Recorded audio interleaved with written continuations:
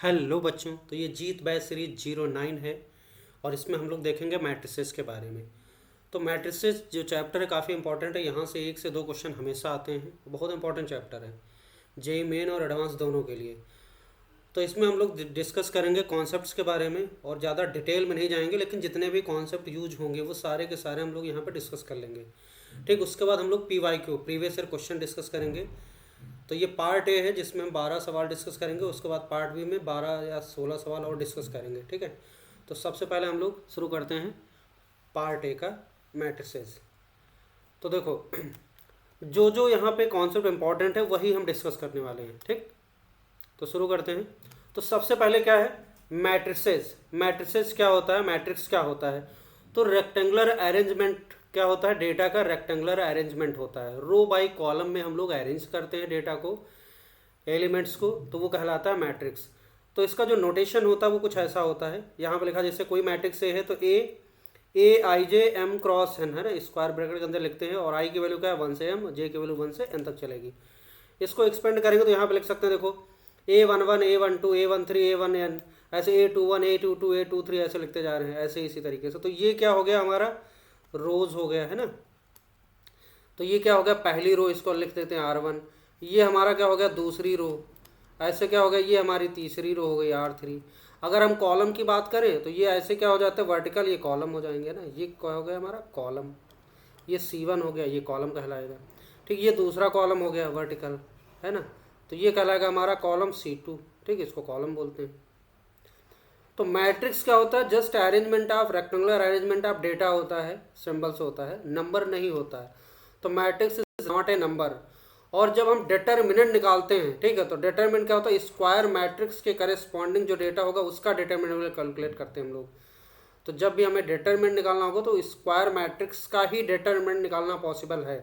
Clear है, इसके अलावा नहीं पॉसिबल है।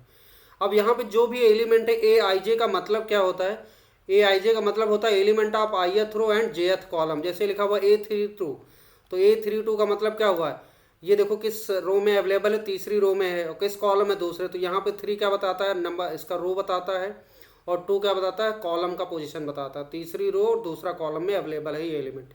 ठीक है, तो ए आई जे का मतलब element of ith row and jth column. तो ये बात समझ आ गई। अब जैसे हमें डिफरेंट डिफरेंट ऑर्डर के मैट्रिक्स लिखने हैं, यहाँ पे ये जो लिखा होता है ऑर्डर ऑफ मैट्रिक्स होता है। तो डिफरेंट डिफरेंट ऑर्डर के मैट्रिक्स कैसे लिखेंगे, जैसे A M N M cross N लिखना है तो A I J M cross N. जैसे हमें 2 क्रॉस 3 का लिखना है तो 2 क्रॉस 3 का मतलब कितना होगा, ये वाला रो बताता है, ये कॉलम बताता है, 2 क्रॉस 3 ऐसे काउंट करो। देखो ये ऐसे, तो देखो ऐसे कितने एलिमेंट आ रहे हैं 2, और ऐसे कितने 3 आ रहे हैं। तो ये ऐसे 2 आ रहे हैं, इसको 2 रो हैं, और ऐसे कितने आ रहे हैं 3, तो इसका तो 3 कॉलम है। अब इसको लिखना है 2 क्रॉस 3 का, तो A11 A12 A13 A21 A22 A23 A2 cross 2 क्या लिखेंगे, A2 क्रॉस 2 लिखेंगे, A11 A12 A21 A22। A1 cross 1 का मतलब एक ही एलिमेंट लिखना है A11, बस एक ही आएगा। A1 क्रॉस 3 का मतलब क्या, रो 1 है कॉलम 3 है, तो ऐसे ये ऐसे चला गया, देखो एक ही A1 A12 A13 बस। तो ये ऐसे जब भी ऑर्डर काउंट करो तो ऐसे L शेप में ऐसे। तो इस पे देखो कितने एलिमेंट पड़ रहे हैं, तो ये वाला इनटू, और इस इधर कैसे कितने एलिमेंट पड़ रहे हैं, तो गुणा कर दो इसको। जैसे 2 क्रॉस 3 देखो ऐसे चले तो 2 एलिमेंट मिले, और ऐसे चलेंगे 3 एलिमेंट, 2 क्रॉस 3 हो गया। तो ऑर्डर आपको लिखना आ गया, और ये आपको लिखना आना चाहिए इस फॉर्मेट में, क्योंकि जब भी मैट्रिक्स आपको लिखना होगा तो उसमें कुछ रिलेशन देंगे आई जे में, तो उसके हिसाब से आपको यहाँ पे एलिमेंट की वैल्यू लिखना है। तो आपको ये लिखना आना चाहिए। चलो आगे बढ़ते हैं। अब अगर हम बात करें मैट्रिसेस के टाइप्स की, क्लासिफिकेशन ऑफ मैट्रिक्स, तो देखो सबसे पहला क्या होता है रो मैट्रिक्स।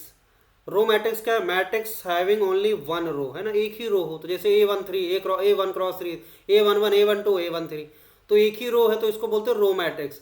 ऐसे दूसरा क्या होता है कॉलम मैट्रिक्स, जिसमें एक ही कॉलम हो तो क्या कहलाता है कॉलम मैट्रिक्स। A3 क्रॉस 1 देखो एक ही कॉलम है ना, एक ही कॉलम है। नल मैट्रिक्स या जीरो मैट्रिक्स को बोलते हैं, तो ऐसा मैट्रिक्स जिसके सारे एलिमेंट क्या हो जाएं जीरो हो जाएं, वो नल मैट्रिक्स कहलाता है। तो जैसे मैं इसको O से लिखा जाता है, नल मैट्रिक्स किससे लिखते हैं, O से लिखते हैं। तो जैसे A01 क्रॉस 3 लिखा हुआ है, तो 1 क्रॉस 3 का मतलब क्या हुआ, रो 1 है कॉलम 3 है, तो ऐसे तो 0 0 0 तीनों एलिमेंट जीरो कर दिया। O3 क्रॉस 3 का मतलब देखो सारे एलिमेंट जीरो कर दिया है ना, तो ये 3 क्रॉस 3 ऑर्डर का क्या है नल मैट्रिक्स। O2 क्रॉस 3 लिखना है तो 2 क्रॉस 3 ऐसे, तो 0 3 ऐसे बना दिया, तो ये हो गया 2 क्रॉस 3 का नल मैट्रिक्स। क्लियर है, बात समझ आ गई, आगे बढ़ते हैं। अगला देखो वैरायटी क्या है, स्क्वायर मैट्रिक्स। देखो स्क्वायर मैट्रिक्स क्या होता है, मैट्रिक्स स्क्वायर कब कहलाएगा, जब नंबर ऑफ रोज और नंबर ऑफ कॉलम क्या होंगे, इक्वल होंगे, equal number of rose and column होना चाहिए, है ना, तो स्क्वायर मैट्रिक्स कहलाता है। तो जैसे हमें लिखना है A2 × 2, देखो number of rose number of column same है, तो इस A2 × 2 का मैट्रिक्स लिखना तो A11 A12 A21 A22 ये हो गया। A3 × 3 का लिखना है तो क्या होगा, A11 A12 A13 A21 A22 A23 A31 A32 A33, तो ये कहलाता है ये। अब यहाँ पे देखो स्क्वायर मैट्रिक्स में दोनों आई, यहाँ पे एम और एन सेम होता है, तो उसको आप ऐसे ही बोल सकते हो सेकंड ऑर्डर, क्योंकि यहाँ दोनों सेम है ना, स्क्वायर है तो इसलिए आपका सेकंड ऑर्डर का स्क्वायर मैट्रिक्स है। ये कहलाता है थर्ड ऑर्डर का स्क्वायर मैट्रिक्स। अब इसी के करेस्पॉन्डिंग अगर इस डेटा का यूज करें डिटरमिनेंट निकालने के लिए, तो A3 × 3 का अगर हम डिटरमिनेंट निकालेंगे तो वहाँ बोलेंगे उसको determinant of third order matrix, है ना, तो थर्ड ऑर्डर का हो जाएगा। तो वहाँ पे क्योंकि रो और कॉलम सेम है तो आपको सिर्फ 3 बोल देने से काम चल जाएगा, थर्ड ऑर्डर बोल देने से काम चल जाएगा, उससे अंडरस्टूड है कि रो कॉलम सेम है, ठीक। इसके बाद स्क्वायर मैट्रिक्स को फर्दर अलग अलग कैटेगरी में डिवाइड किया गया है। स्क्वायर मैट्रिक्स के अंदर क्या क्या वैरायटीज होती है, देखो ध्यान से। स्क्वायर मैट्रिक्स में सबसे पहली वैरायटी क्या है, ट्रायंगुलर मैट्रिक्स, क्लियर है। अब ट्रायंगुलर मैट्रिक्स के अंदर दो कैटेगरी है, एक अपर ट्रायंगुलर और एक दूसरा लोअर ट्रायंगुलर। आई बात समझ में। अपर ट्रायंगुलर में क्या होता है, नाम से ही पता चला अपर ट्रायंगुलर, तो अपर ट्रायंगुलर में जो आपका लोअर ये डायगोनल एलिमेंट हो गए, देखो तो डायगोनल एलिमेंट के जस्ट नीचे वाले एलिमेंट ये वाले एलिमेंट क्या हो जाएंगे, तीनों जीरो होंगे, समझे कि नहीं। तो अगर डायगोनल के जस्ट नीचे जो पड़ रहे हैं ये तीनों एलिमेंट जीरो हो जाएं तो क्या कहलाता है, अपर ट्रायंगुलर। ऊपर वाले कुछ भी हो कोई फर्क नहीं पड़ता, बस ये तीनों मस्ट भी जीरो होने चाहिए, तो ये कहलाएगा upper triangular matrix, square matrix, ठीक है। तो यहाँ पे लिखा हुआ देखो rule, Aij = 0 for all i greater than j, क्योंकि इस पोजीशन के लिए i की वैल्यू जैसे बड़ी होती है तो ये वाले एलिमेंट जीरो हो जाएंगे। तो अपर में क्या होगा, लोअर जो ट्रायंगल फॉर्म हो रहा है वो जीरो हो जाएगा, और लोअर ट्रायंगुलर में क्या हो जाएगा, इस डायगोनल के ऊपर वो आपके तीन एलिमेंट पड़ रहे हैं ये जीरो हो जाए। लोअर में अपर ट्रायंगल जीरो हो जाए और अपर में लोअर ट्रायंगल जीरो हो जाए, तो ये जीरो हो जाएगा। Aij 0 for all i less than j, क्योंकि यहाँ वाले पोजीशन पे क्या होता है, जैसे ये जीरो है इसका मतलब क्या हुआ, A11 A12 इसका लोकेशन क्या है A12, देखो ये i है ये j है, तो j की वैल्यू क्या है, ज़्यादा है ना, i लेस देन j है, तो i लेस देन j है तो यहाँ पे जीरो होना चाहिए, तो ये तीनों एलिमेंट जीरो हो गए, तो इसलिए लोअर ट्रायंगुलर हो गया। अब इसके बाद फिर स्क्वायर मैट्रिक्स के अंदर एक आता है डायगोनल मैट्रिक्स, है ना, डायगोनल मैट्रिक्स, तो ये सब स्क्वायर की कैटेगरी है। डायगोनल मैट्रिक्स में क्या होगा, डायगोनल मैट्रिक्स के फर्दर कई सारी वैरायटी है, ठीक है, तो आगे देखेंगे। तो पहले यहाँ पे आप देखो डायगोनल मैट्रिक्स क्या है, यहाँ पे ए है, ए मैट्रिक्स हमने डायगोनल लिखना है, तो डायगोनल मैट्रिक्स में क्या होगा, ये वाला डायगोनल होगा, इसको बोला जाता है प्रिंसिपल डायगोनल। आई बात समझ में। तो स्क्वायर मैट्रिक्स में इस चीज़ को आप अलग से समझ लो, ये वाला जो डायगोनल है ये कहलाता है हमारा डायगोनल या प्रिंसिपल डायगोनल, प्रिंसिपल डायगोनल, है ना। और दूसरा वाला डायगोनल किसी काम का नहीं है, फिर भी आप इसका जान लो, ये वाला एक डायगोनल होगा, ये किसी काम का नहीं, ठीक, ये यूज नहीं होता, इसको बोला जाता है ऑफ डायगोनल, ऑफ डायगोनल, है ना। मेन है हमारा प्रिंसिपल डायगोनल, है ना, तो ये देखो प्रिंसिपल डायगोनल एलिमेंट, ठीक, ये काम का है। तो यहाँ पे जो डायगोनल मैट्रिक्स होगा उसमें प्रिंसिपल डायगोनल वाले एलिमेंट यहाँ पे लिखे, बाकी नॉन डायगोनल एलिमेंट क्या हो जाएंगे, सारे के सारे जीरो होना है। डायगोनल एलिमेंट कुछ भी उससे नहीं मतलब, हमें ये वाले एलिमेंट को क्या करना है, ये सारे मस्ट भी जीरो होंगे, तो ये कहलाएगा डायगोनल मैट्रिक्स। अब देखो यहाँ पे Aij = 0 for all i not equal to j, जब i j के बराबर नहीं होगा, क्योंकि इन पोजीशन वाले के लिए i j बराबर नहीं होता है, तो जहाँ पे i j बराबर नहीं होगा जिस पोजीशन के लिए, वो वाले सारे एलिमेंट जीरो हो जाए, तो वो डायगोनल स्क्वायर मैट्रिक्स कहलाता है, डायगोनल मैट्रिक्स कहलाता है, ठीक है। डायगोनल मैट्रिक्स को शॉर्ट में ऐसे भी लिखते हैं, DIA ब्रैकेट में लिखो ऐसे, D1, D2, D3, तो ये शॉर्ट में लिखने का तरीका हो गया, अंडरस्टूड है कि क्या है ये डायगोनल मैट्रिक्स है, मतलब डायगोनल पे लिख लेना D1 D2, बाकी जीरो कर देना है। अब उसके बाद डायगोनल के स्पेशल केसेस हैं, स्केलर मैट्रिक्स।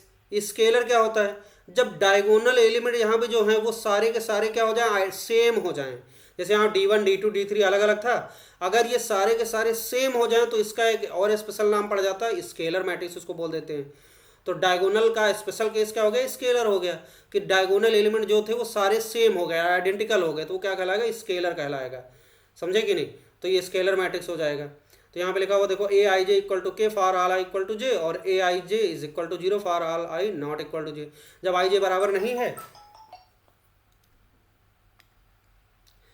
इसके बाद आता है हमारा आइडेंटिटी मैट्रिक्स। आइडेंटिटी मैट्रिक्स क्या हो जाएगा, ये स्केलर का स्पेशल केस है, जब के की वैल्यू क्या हो जाए 1 हो जाए, है ना, के की वैल्यू क्या हो जाए 1 हो जाए।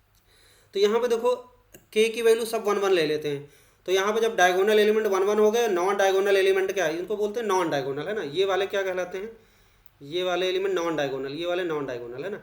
तो ये सब 0 ले लो और डायगोनल पे 1 1 ले लो, तो ये कहलाता है आइडेंटिटी मैट्रिक्स, है ना, बहुत इंपॉर्टेंट है, ये बहुत यूज होता है। इसको आई से लिखते हैं, आई 3 क्रॉस 3 लिखा है ना, तो आई 3 क्रॉस 3 या फिर आई एन लिखते हैं, इसको ऐसे भी आई 3 क्रॉस 3 लिखो, क्योंकि स्क्वायर मैट्रिक्स अंडरस्टूड है, तो जैसे लिख दिया आई 3 लिखा तो आप समझ जाओगे कि थर्ड ऑर्डर का है, 3 क्रॉस 3 का है, ठीक। आई 3 क्रॉस 3 को शॉर्ट में ऐसे भी लिखते हैं, ऐसे nth ऑर्डर का है तो I N cross N I N लिख देते हैं, ठीक है, सेम चीज़ है। तो यहाँ पे ये बस सारे जीरो हो जाएंगे, बाकी ये अब एक जीरो मैट्रिक्स होता है या नल मैट्रिक्स होता है, ऊपर हम लोग जान चुके हैं। इसमें यहाँ पे अगर कोई स्क्वायर मैट्रिक्स है और वो नल है तो क्या होगा, सारे एलिमेंट जीरो हो गए। तो एक तरीके से हम ये भी देख सकते हैं कि ये इसी का स्पेशल केस, ये सारे डायगोनल भी जीरो हो गए तो ये नल बन गया। लेकिन ये नल मैट्रिक्स कौन सा, स्क्वायर नल मैट्रिक्स है, ठीक। तो इसके डिटरमिनेंट वैल्यू निकाल सकते हैं। बाकी नल मैट्रिक्स ऊपर हम देख चुके हैं, नॉन स्क्वायर भी बन सकता है ना, एम क्रॉस एन वाले ऑर्डर का भी नल मैट्रिक्स या जीरो मैट्रिक्स बन सकता है, ऐसा नहीं कि सिर्फ ऐसा ही बनेगा। तो यहाँ पे अगर इस तरीके का है स्क्वायर मैट्रिक्स है नल मैट्रिक्स, तो उसके डिटरमिनेंट वैल्यू हम लोग जीरो यूज कर सकते हैं, जीरो होगी। तो ये बातें समझ आ गई। अब इसके बाद आता है प्रिंसिपल एलिमेंट। आपके जो प्रिंसिपल डायगोनल के एलिमेंट क्या क्या होते हैं, देखो A11 A12 A22 A33 ये होते हैं प्रिंसिपल डायगोनल एलिमेंट। अब एक टर्म होता है ट्रेस ऑफ मैट्रिक्स। तो देखो जो आपका स्क्वायर मैट्रिक्स है उसके जो डायगोनल एलिमेंट है उनका सम जो होता है वो कहलाता है ट्रेस ऑफ मैट्रिक्स, उसको शॉर्ट में TRA लिखते हैं, क्लियर है। और ये square matrix is called singular matrix, एक नया चीज है। अगर कोई मैट्रिक्स क्या है स्क्वायर है और वो सिंगुलर मैट्रिक्स तब कहलाएगा जब उसका डिटरमिनेंट वैल्यू जीरो हो जाए। मतलब जो स्क्वायर मैट्रिक्स उसकी डिटरमिनेंट वैल्यू निकालो, अगर वो जीरो आ गई तो हम बोलेंगे ये सिंगुलर मैट्रिक्स है, क्लियर है। अगर कोई स्क्वायर मैट्रिक्स का डिटरमिनेंट अगर निकालें वो नॉन जीरो आए, जीरो ना आए, तो वो बोलते हैं नॉन सिंगुलर मैट्रिक्स बोलते हैं। तो ये बातें समझ आ गई, आगे बढ़ते हैं। इसके बाद देखो क्या एडिशन ऑफ मैट्रिक्स, बहुत सिंपल चीज है, बताने की जरूरत नहीं है। एक मैट्रिक्स है बी है, तो एडिशन ऑफ मैट्रिक्स, जब दो मैट्रिक्स का एडिशन हो या सब्ट्रैक्शन हो तो ऑर्डर मस्ट बी सेम। तो ऑर्डर सेम होना जरूरी है तभी। तो जैसे ए प्लस बी करना है, देखो सेम ऑर्डर के मैट्रिक्स हैं तो करेस्पॉन्डिंग पोजीशन वाले एलिमेंट ही आपस में ऐड होंगे। तो यहाँ पे आप देख सकते हो A11 में क्या ऐड हुआ B11, जैसे A12 में क्या ऐड हुआ B12, है ना, ऐसे ऐड कर सकते हैं। सिमिलरली डिफरेंस भी ऐसे ही कर सकते हैं। ये यहाँ पे माइनस क्या है माइनस बी, तो माइनस क्या, तो ए सेम पोजीशन वाले एलिमेंट का डिफरेंस यहाँ पे लिख दो, लिख सकते हैं आसानी से, क्लियर है। प्रॉपर्टीज ऑफ एडिशन, अगर मान लेते ABC क्या है, तीन मैट्रिक्स है सेम ऑर्डर के हैं, ठीक है, तो सेम ऑर्डर के होंगे तभी आपका एडिशन सब्ट्रैक्शन पॉसिबल है। तो A प्लस बी करो चाहे B प्लस ए, सेम चीज़ हो, कोई दिक्कत नहीं। A plus B plus C equal to A plus B plus C, same रहेगा, कोई दिक्कत नहीं। अगर किसी स्केलर के से मल्टीप्लाई करते हो तो A प्लस बी करो फिर स्केलर के से मल्टीप्लाई करो, या फिर क्या करो स्केलर के से A में मल्टीप्लाई करो, स्केलर के से B में मल्टीप्लाई करो, फिर ऐड करो, सेम रिजल्ट आता है। अगर किसी स्क्वायर मतलब इसमें सॉरी किसी ए मैट्रिक्स ए में अगर नल मैट्रिक्स ऐड करते हो तो सेम आता है, कोई नल मैट्रिक्स सारे एलिमेंट जीरो होंगे तो ऐड करेंगे कोई फर्क नहीं पड़ेगा, वही आ जाएगा। A प्लस बी की वैल्यू अगर O है तो A इक्वल टू क्या हो जाएगा माइनस बी। तो एक तरीके से नंबर्स में क्या होता है, जीरो के इक्विवेलेंट चीज एनालॉगस चीज क्या है, नल मैट्रिक्स है। नंबर में 1 के इक्विवेलेंट या एनालॉगस चीज का आइडेंटिटी मैट्रिक्स है, ठीक है। आगे अभी हम लोग देखेंगे, चलो आगे बढ़ते हैं। ओके, अगला जो concept multiplication of matrix, multiplication row by column होता है, ठीक है। तो ये हम ऑलरेडी डिटरमिनेंट वाले चैप्टर में डिस्कस कर चुके हैं। वहाँ पे डिटरमिनेंट का मल्टीप्लिकेशन तो वहाँ पे चारों possibility, row by row, row by column, column by column, column by row. Matrix में रो बाई कॉलम मल्टीप्लिकेशन होता है बस, ठीक है। तो कैसे करते हैं, जैसे हमने यहाँ पे एक एग्जांपल लिया, ए लिया देखो 2 क्रॉस 2 का, और बी लिया क्या 2 क्रॉस 3 का लिया। तो इसमें रो बाई कॉलम करते हैं, तो हमेशा ऐसे बना दो, रो कॉलम करना है तो इसको रो बनाओ, ए बी करना है, ए बी निकालना है हमें, तो ए में रो बना दिया और ये कॉलम ऐसे कर लो, ठीक है। अब क्या करना है, इस वाले रो को उठाओ और इस पहले कॉलम पे रखो, और जिस एलिमेंट के ऊपर जो ओवरलैप करे उसी को उससे मल्टीप्लाई, जैसे A11 B11 ओवरलैप करेगा, इसको उठा के इसको ऊपर रख देंगे, है ना। तो ये करना आता है आपको, A11 B11 plus A12 B21 हो जाएगा, ठीक है। उसके बाद फिर ये पहली रो को उठा के दूसरे कॉलम पे रखेंगे, यहाँ लिख देंगे, और मल्टीप्लिकेशन का रिस्पॉन्डिंग पोजीशन वाले एलिमेंट को कर दो, बीच में प्लस लगा दो। ऐसा पहली रो को उठा के इसको ऊपर रखा तो A11 B13 प्लस क्या हो जाएगा A12 B23 कर दिया, यहाँ रख दिया, है ना। ऐसे अब दूसरी रो को उठा इस पर रखा, यहाँ लिखा, दूसरी रो को उठा इसको ऊपर रखा खड़ा कर दिया और यहाँ पे प्रोडक्ट लिख दिया, ऐसे इसका कर दिया। तो ये क्या आएगा देखो, इसका ऑर्डर क्या आया 2 क्रॉस 3 दिख रहा है आपको, इसमें क्या है 2 रो 3 कॉलम, 2 क्रॉस 3 आया। तो यहाँ पे हो क्या रहा, मल्टीप्लिकेशन तभी पॉसिबल हो रहा है जब यहाँ पे देखो 2 क्रॉस 2 है, 2 क्रॉस 3 है, 2 क्रॉस 2 है और 2 क्रॉस 3 है। तो ये वाला देखो आइडेंटिकल है, ये 2 2 इसका देखो क्या, इसमें कॉलम ए में कॉलम और बी में क्या है रो, अगर सेम है तभी मैट्रिक्स मल्टीप्लिकेशन पॉसिबल है। और फाइनल ऑर्डर क्या आएगा, ये वाला बचा हुआ 2 क्रॉस 3 आ रहा है, देखो 2 क्रॉस 3 आ रहा है, क्लियर है। एक दूसरा हमने लिया, देखो ए लिया बी लिया, इसको सेकंड ऑर्डर का ले लिया, 2 क्रॉस 2 का ले लिया, इसको मल्टीप्लाई करेंगे तो ऐसे आ जाएगा। अब यहाँ पे एक थोड़ा समझना है, size of A, size of B और साइज ऑफ ए बी क्या होगा। जैसे हमारे पास m क्रॉस n है और साइज बी है n क्रॉस p, देखो ये वाला सेम होना चाहिए, तभी फाइनल ऑर्डर क्या होगा m क्रॉस p बनेगा। अब जैसे साइज है 2 क्रॉस 3 और b का साइज क्या 3 क्रॉस 4, देखो ये वाला सेम होगा, इसमें कॉलम और इसमें रो अगर सेम होंगे तभी पॉसिबल है मैट्रिक्स मल्टीप्लिकेशन। और फाइनल ऑर्डर क्या होगा, बचा हुआ 2 और लास्ट 4, 2 क्रॉस 4 आएगा। 1 क्रॉस 2 है, 2 क्रॉस 1 है तो 1 क्रॉस 1 आएगा। 2 क्रॉस 3 है, 2 क्रॉस 3, देखो ये गड़बड़ हो गया, ये इक्वल नहीं है तो ये पॉसिबल ही नहीं है, तो ए क्रॉस ए बी पॉसिबल नहीं है। ये 5 क्रॉस 3 है, 3 क्रॉस 5, देखो ये सेम हो गया, 3 3 सेम हो गया, तो ये फाइनल आएगा 5 क्रॉस 5 आ जाएगा। तो इस तरीके से हम लोग उसका डिसाइड कर सकते हैं ऑर्डर क्या होगा। अब उसके बाद फिर अगला पॉइंट क्या देखो, ए इंटू बी डिफाइंड तभी होगा जब ए में कॉलम की संख्या और बी में रो की संख्या सेम होगी, ठीक है। जैसे यहाँ पे लिखा हुआ ऊपर कर ही चुके हैं, तो 3 क्रॉस 2 इंटू बी 2 क्रॉस 3, तो देखो 2 2 सेम हो गया, तो क्या आएगा ए बी का ऑर्डर आएगा 3 क्रॉस 3 आ गया। जैसे A B 2 cross 3, A 3 cross 2, देखो ये सेम आया 3 3, तो ये फाइनल ऑर्डर क्या होगा 2 क्रॉस 2, तो ए बी जो बी ए का ऑर्डर आएगा क्या होगा 2 cross 2। In general A B B A क्या होगा, सेम नहीं होगा। बात समझ आ गई कि नहीं, ए बी और बी ए सेम नहीं होता, ऑर्डर चेंज होने पे प्रोडक्ट चेंज हो जाएगा। तो ए बी बी ए बराबर नहीं होगा हमेशा, इन जनरल, कभी कभार हो जाए अलग बात है, लेकिन इन जनरल नहीं होगा। डिटरमिनेंट में क्या होता था, ए बी दो का डिटरमिनेंट का प्रोडक्ट सेम होता था, ए चाहे डेल्टा 1 डेल्टा 2 करो, चाहे डेल्टा 2 डेल्टा 1 करो, प्रोडक्ट सेम। यहाँ पे ऐसा नहीं होता।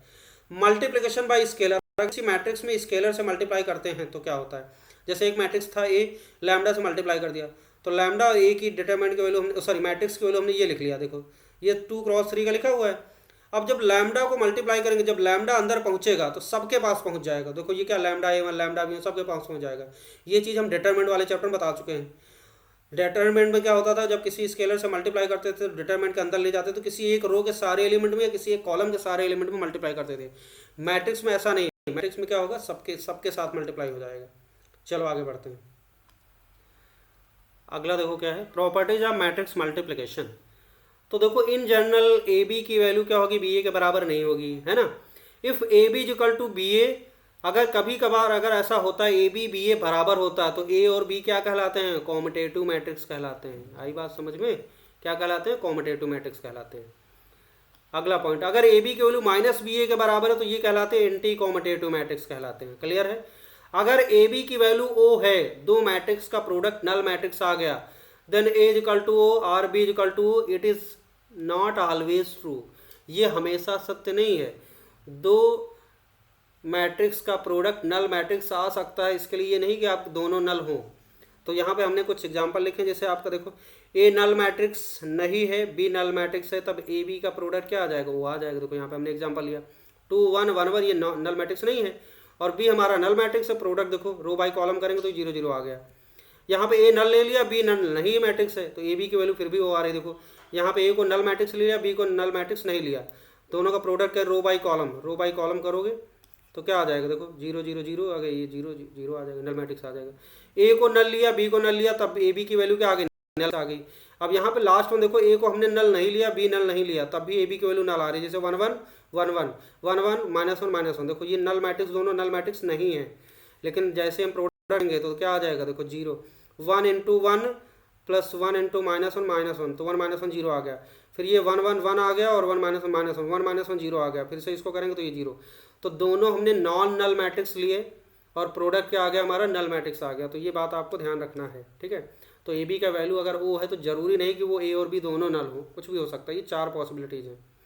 अगला पॉइंट क्या है, if A and B are square matrix of same order and A B equal to O, अगर दो ए और बी क्या स्क्वायर मैट्रिक्स है सेम ऑर्डर के और ए बी की वैल्यू नल मैट्रिक्स है, तो इसका ऐसा तभी हो पाएगा जब at least one of determinant A और डिटर्मिनेंट मस्ट बी जीरो। तो उन दोनों में कम से कम एक का डिटर्मिनेंट वैल्यू जीरो होगा, तब ये ए इंटू बी की वैल्यू ओ हो पाएगी। क्लियर है? आगे बढ़ते हैं। अगला देखो, अगर ए की वैल्यू नल मैट्रिक्स है, डिटरमिनेंट क्या है, ए डिटरमिनेंट ए जीरो है।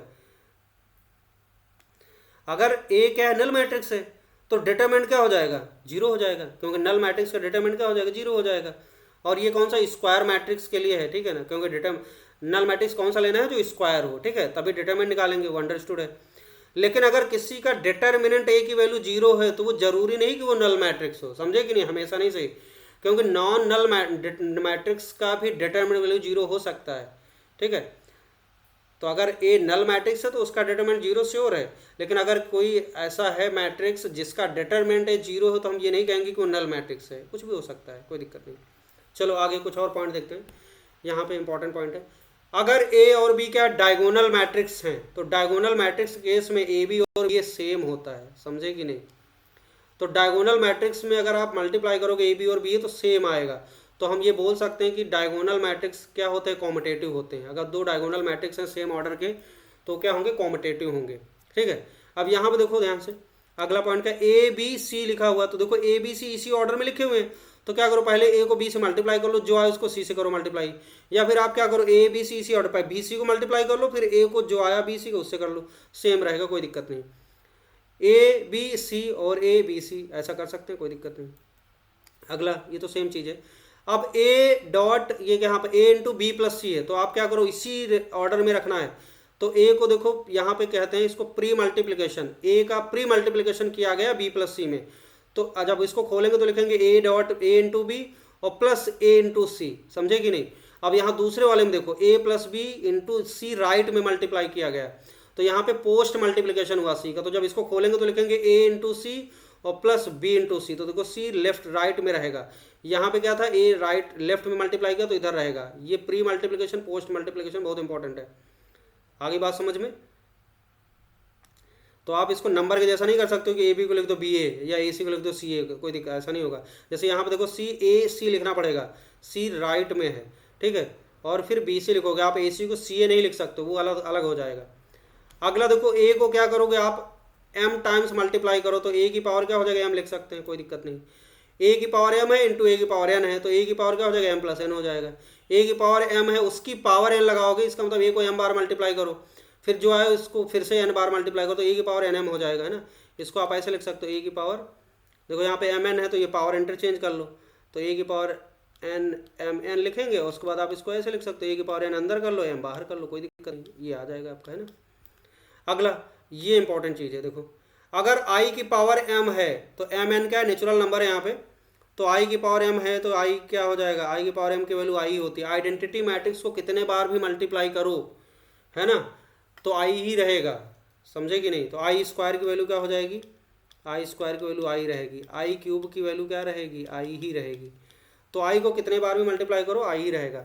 अब कोई मैट्रिक्स अगर है स्क्वायर मैट्रिक्स है और उसकी पावर हमने जीरो लगा दिया, तो इसका मतलब होता है ये आइडेंटिटी मैट्रिक्स।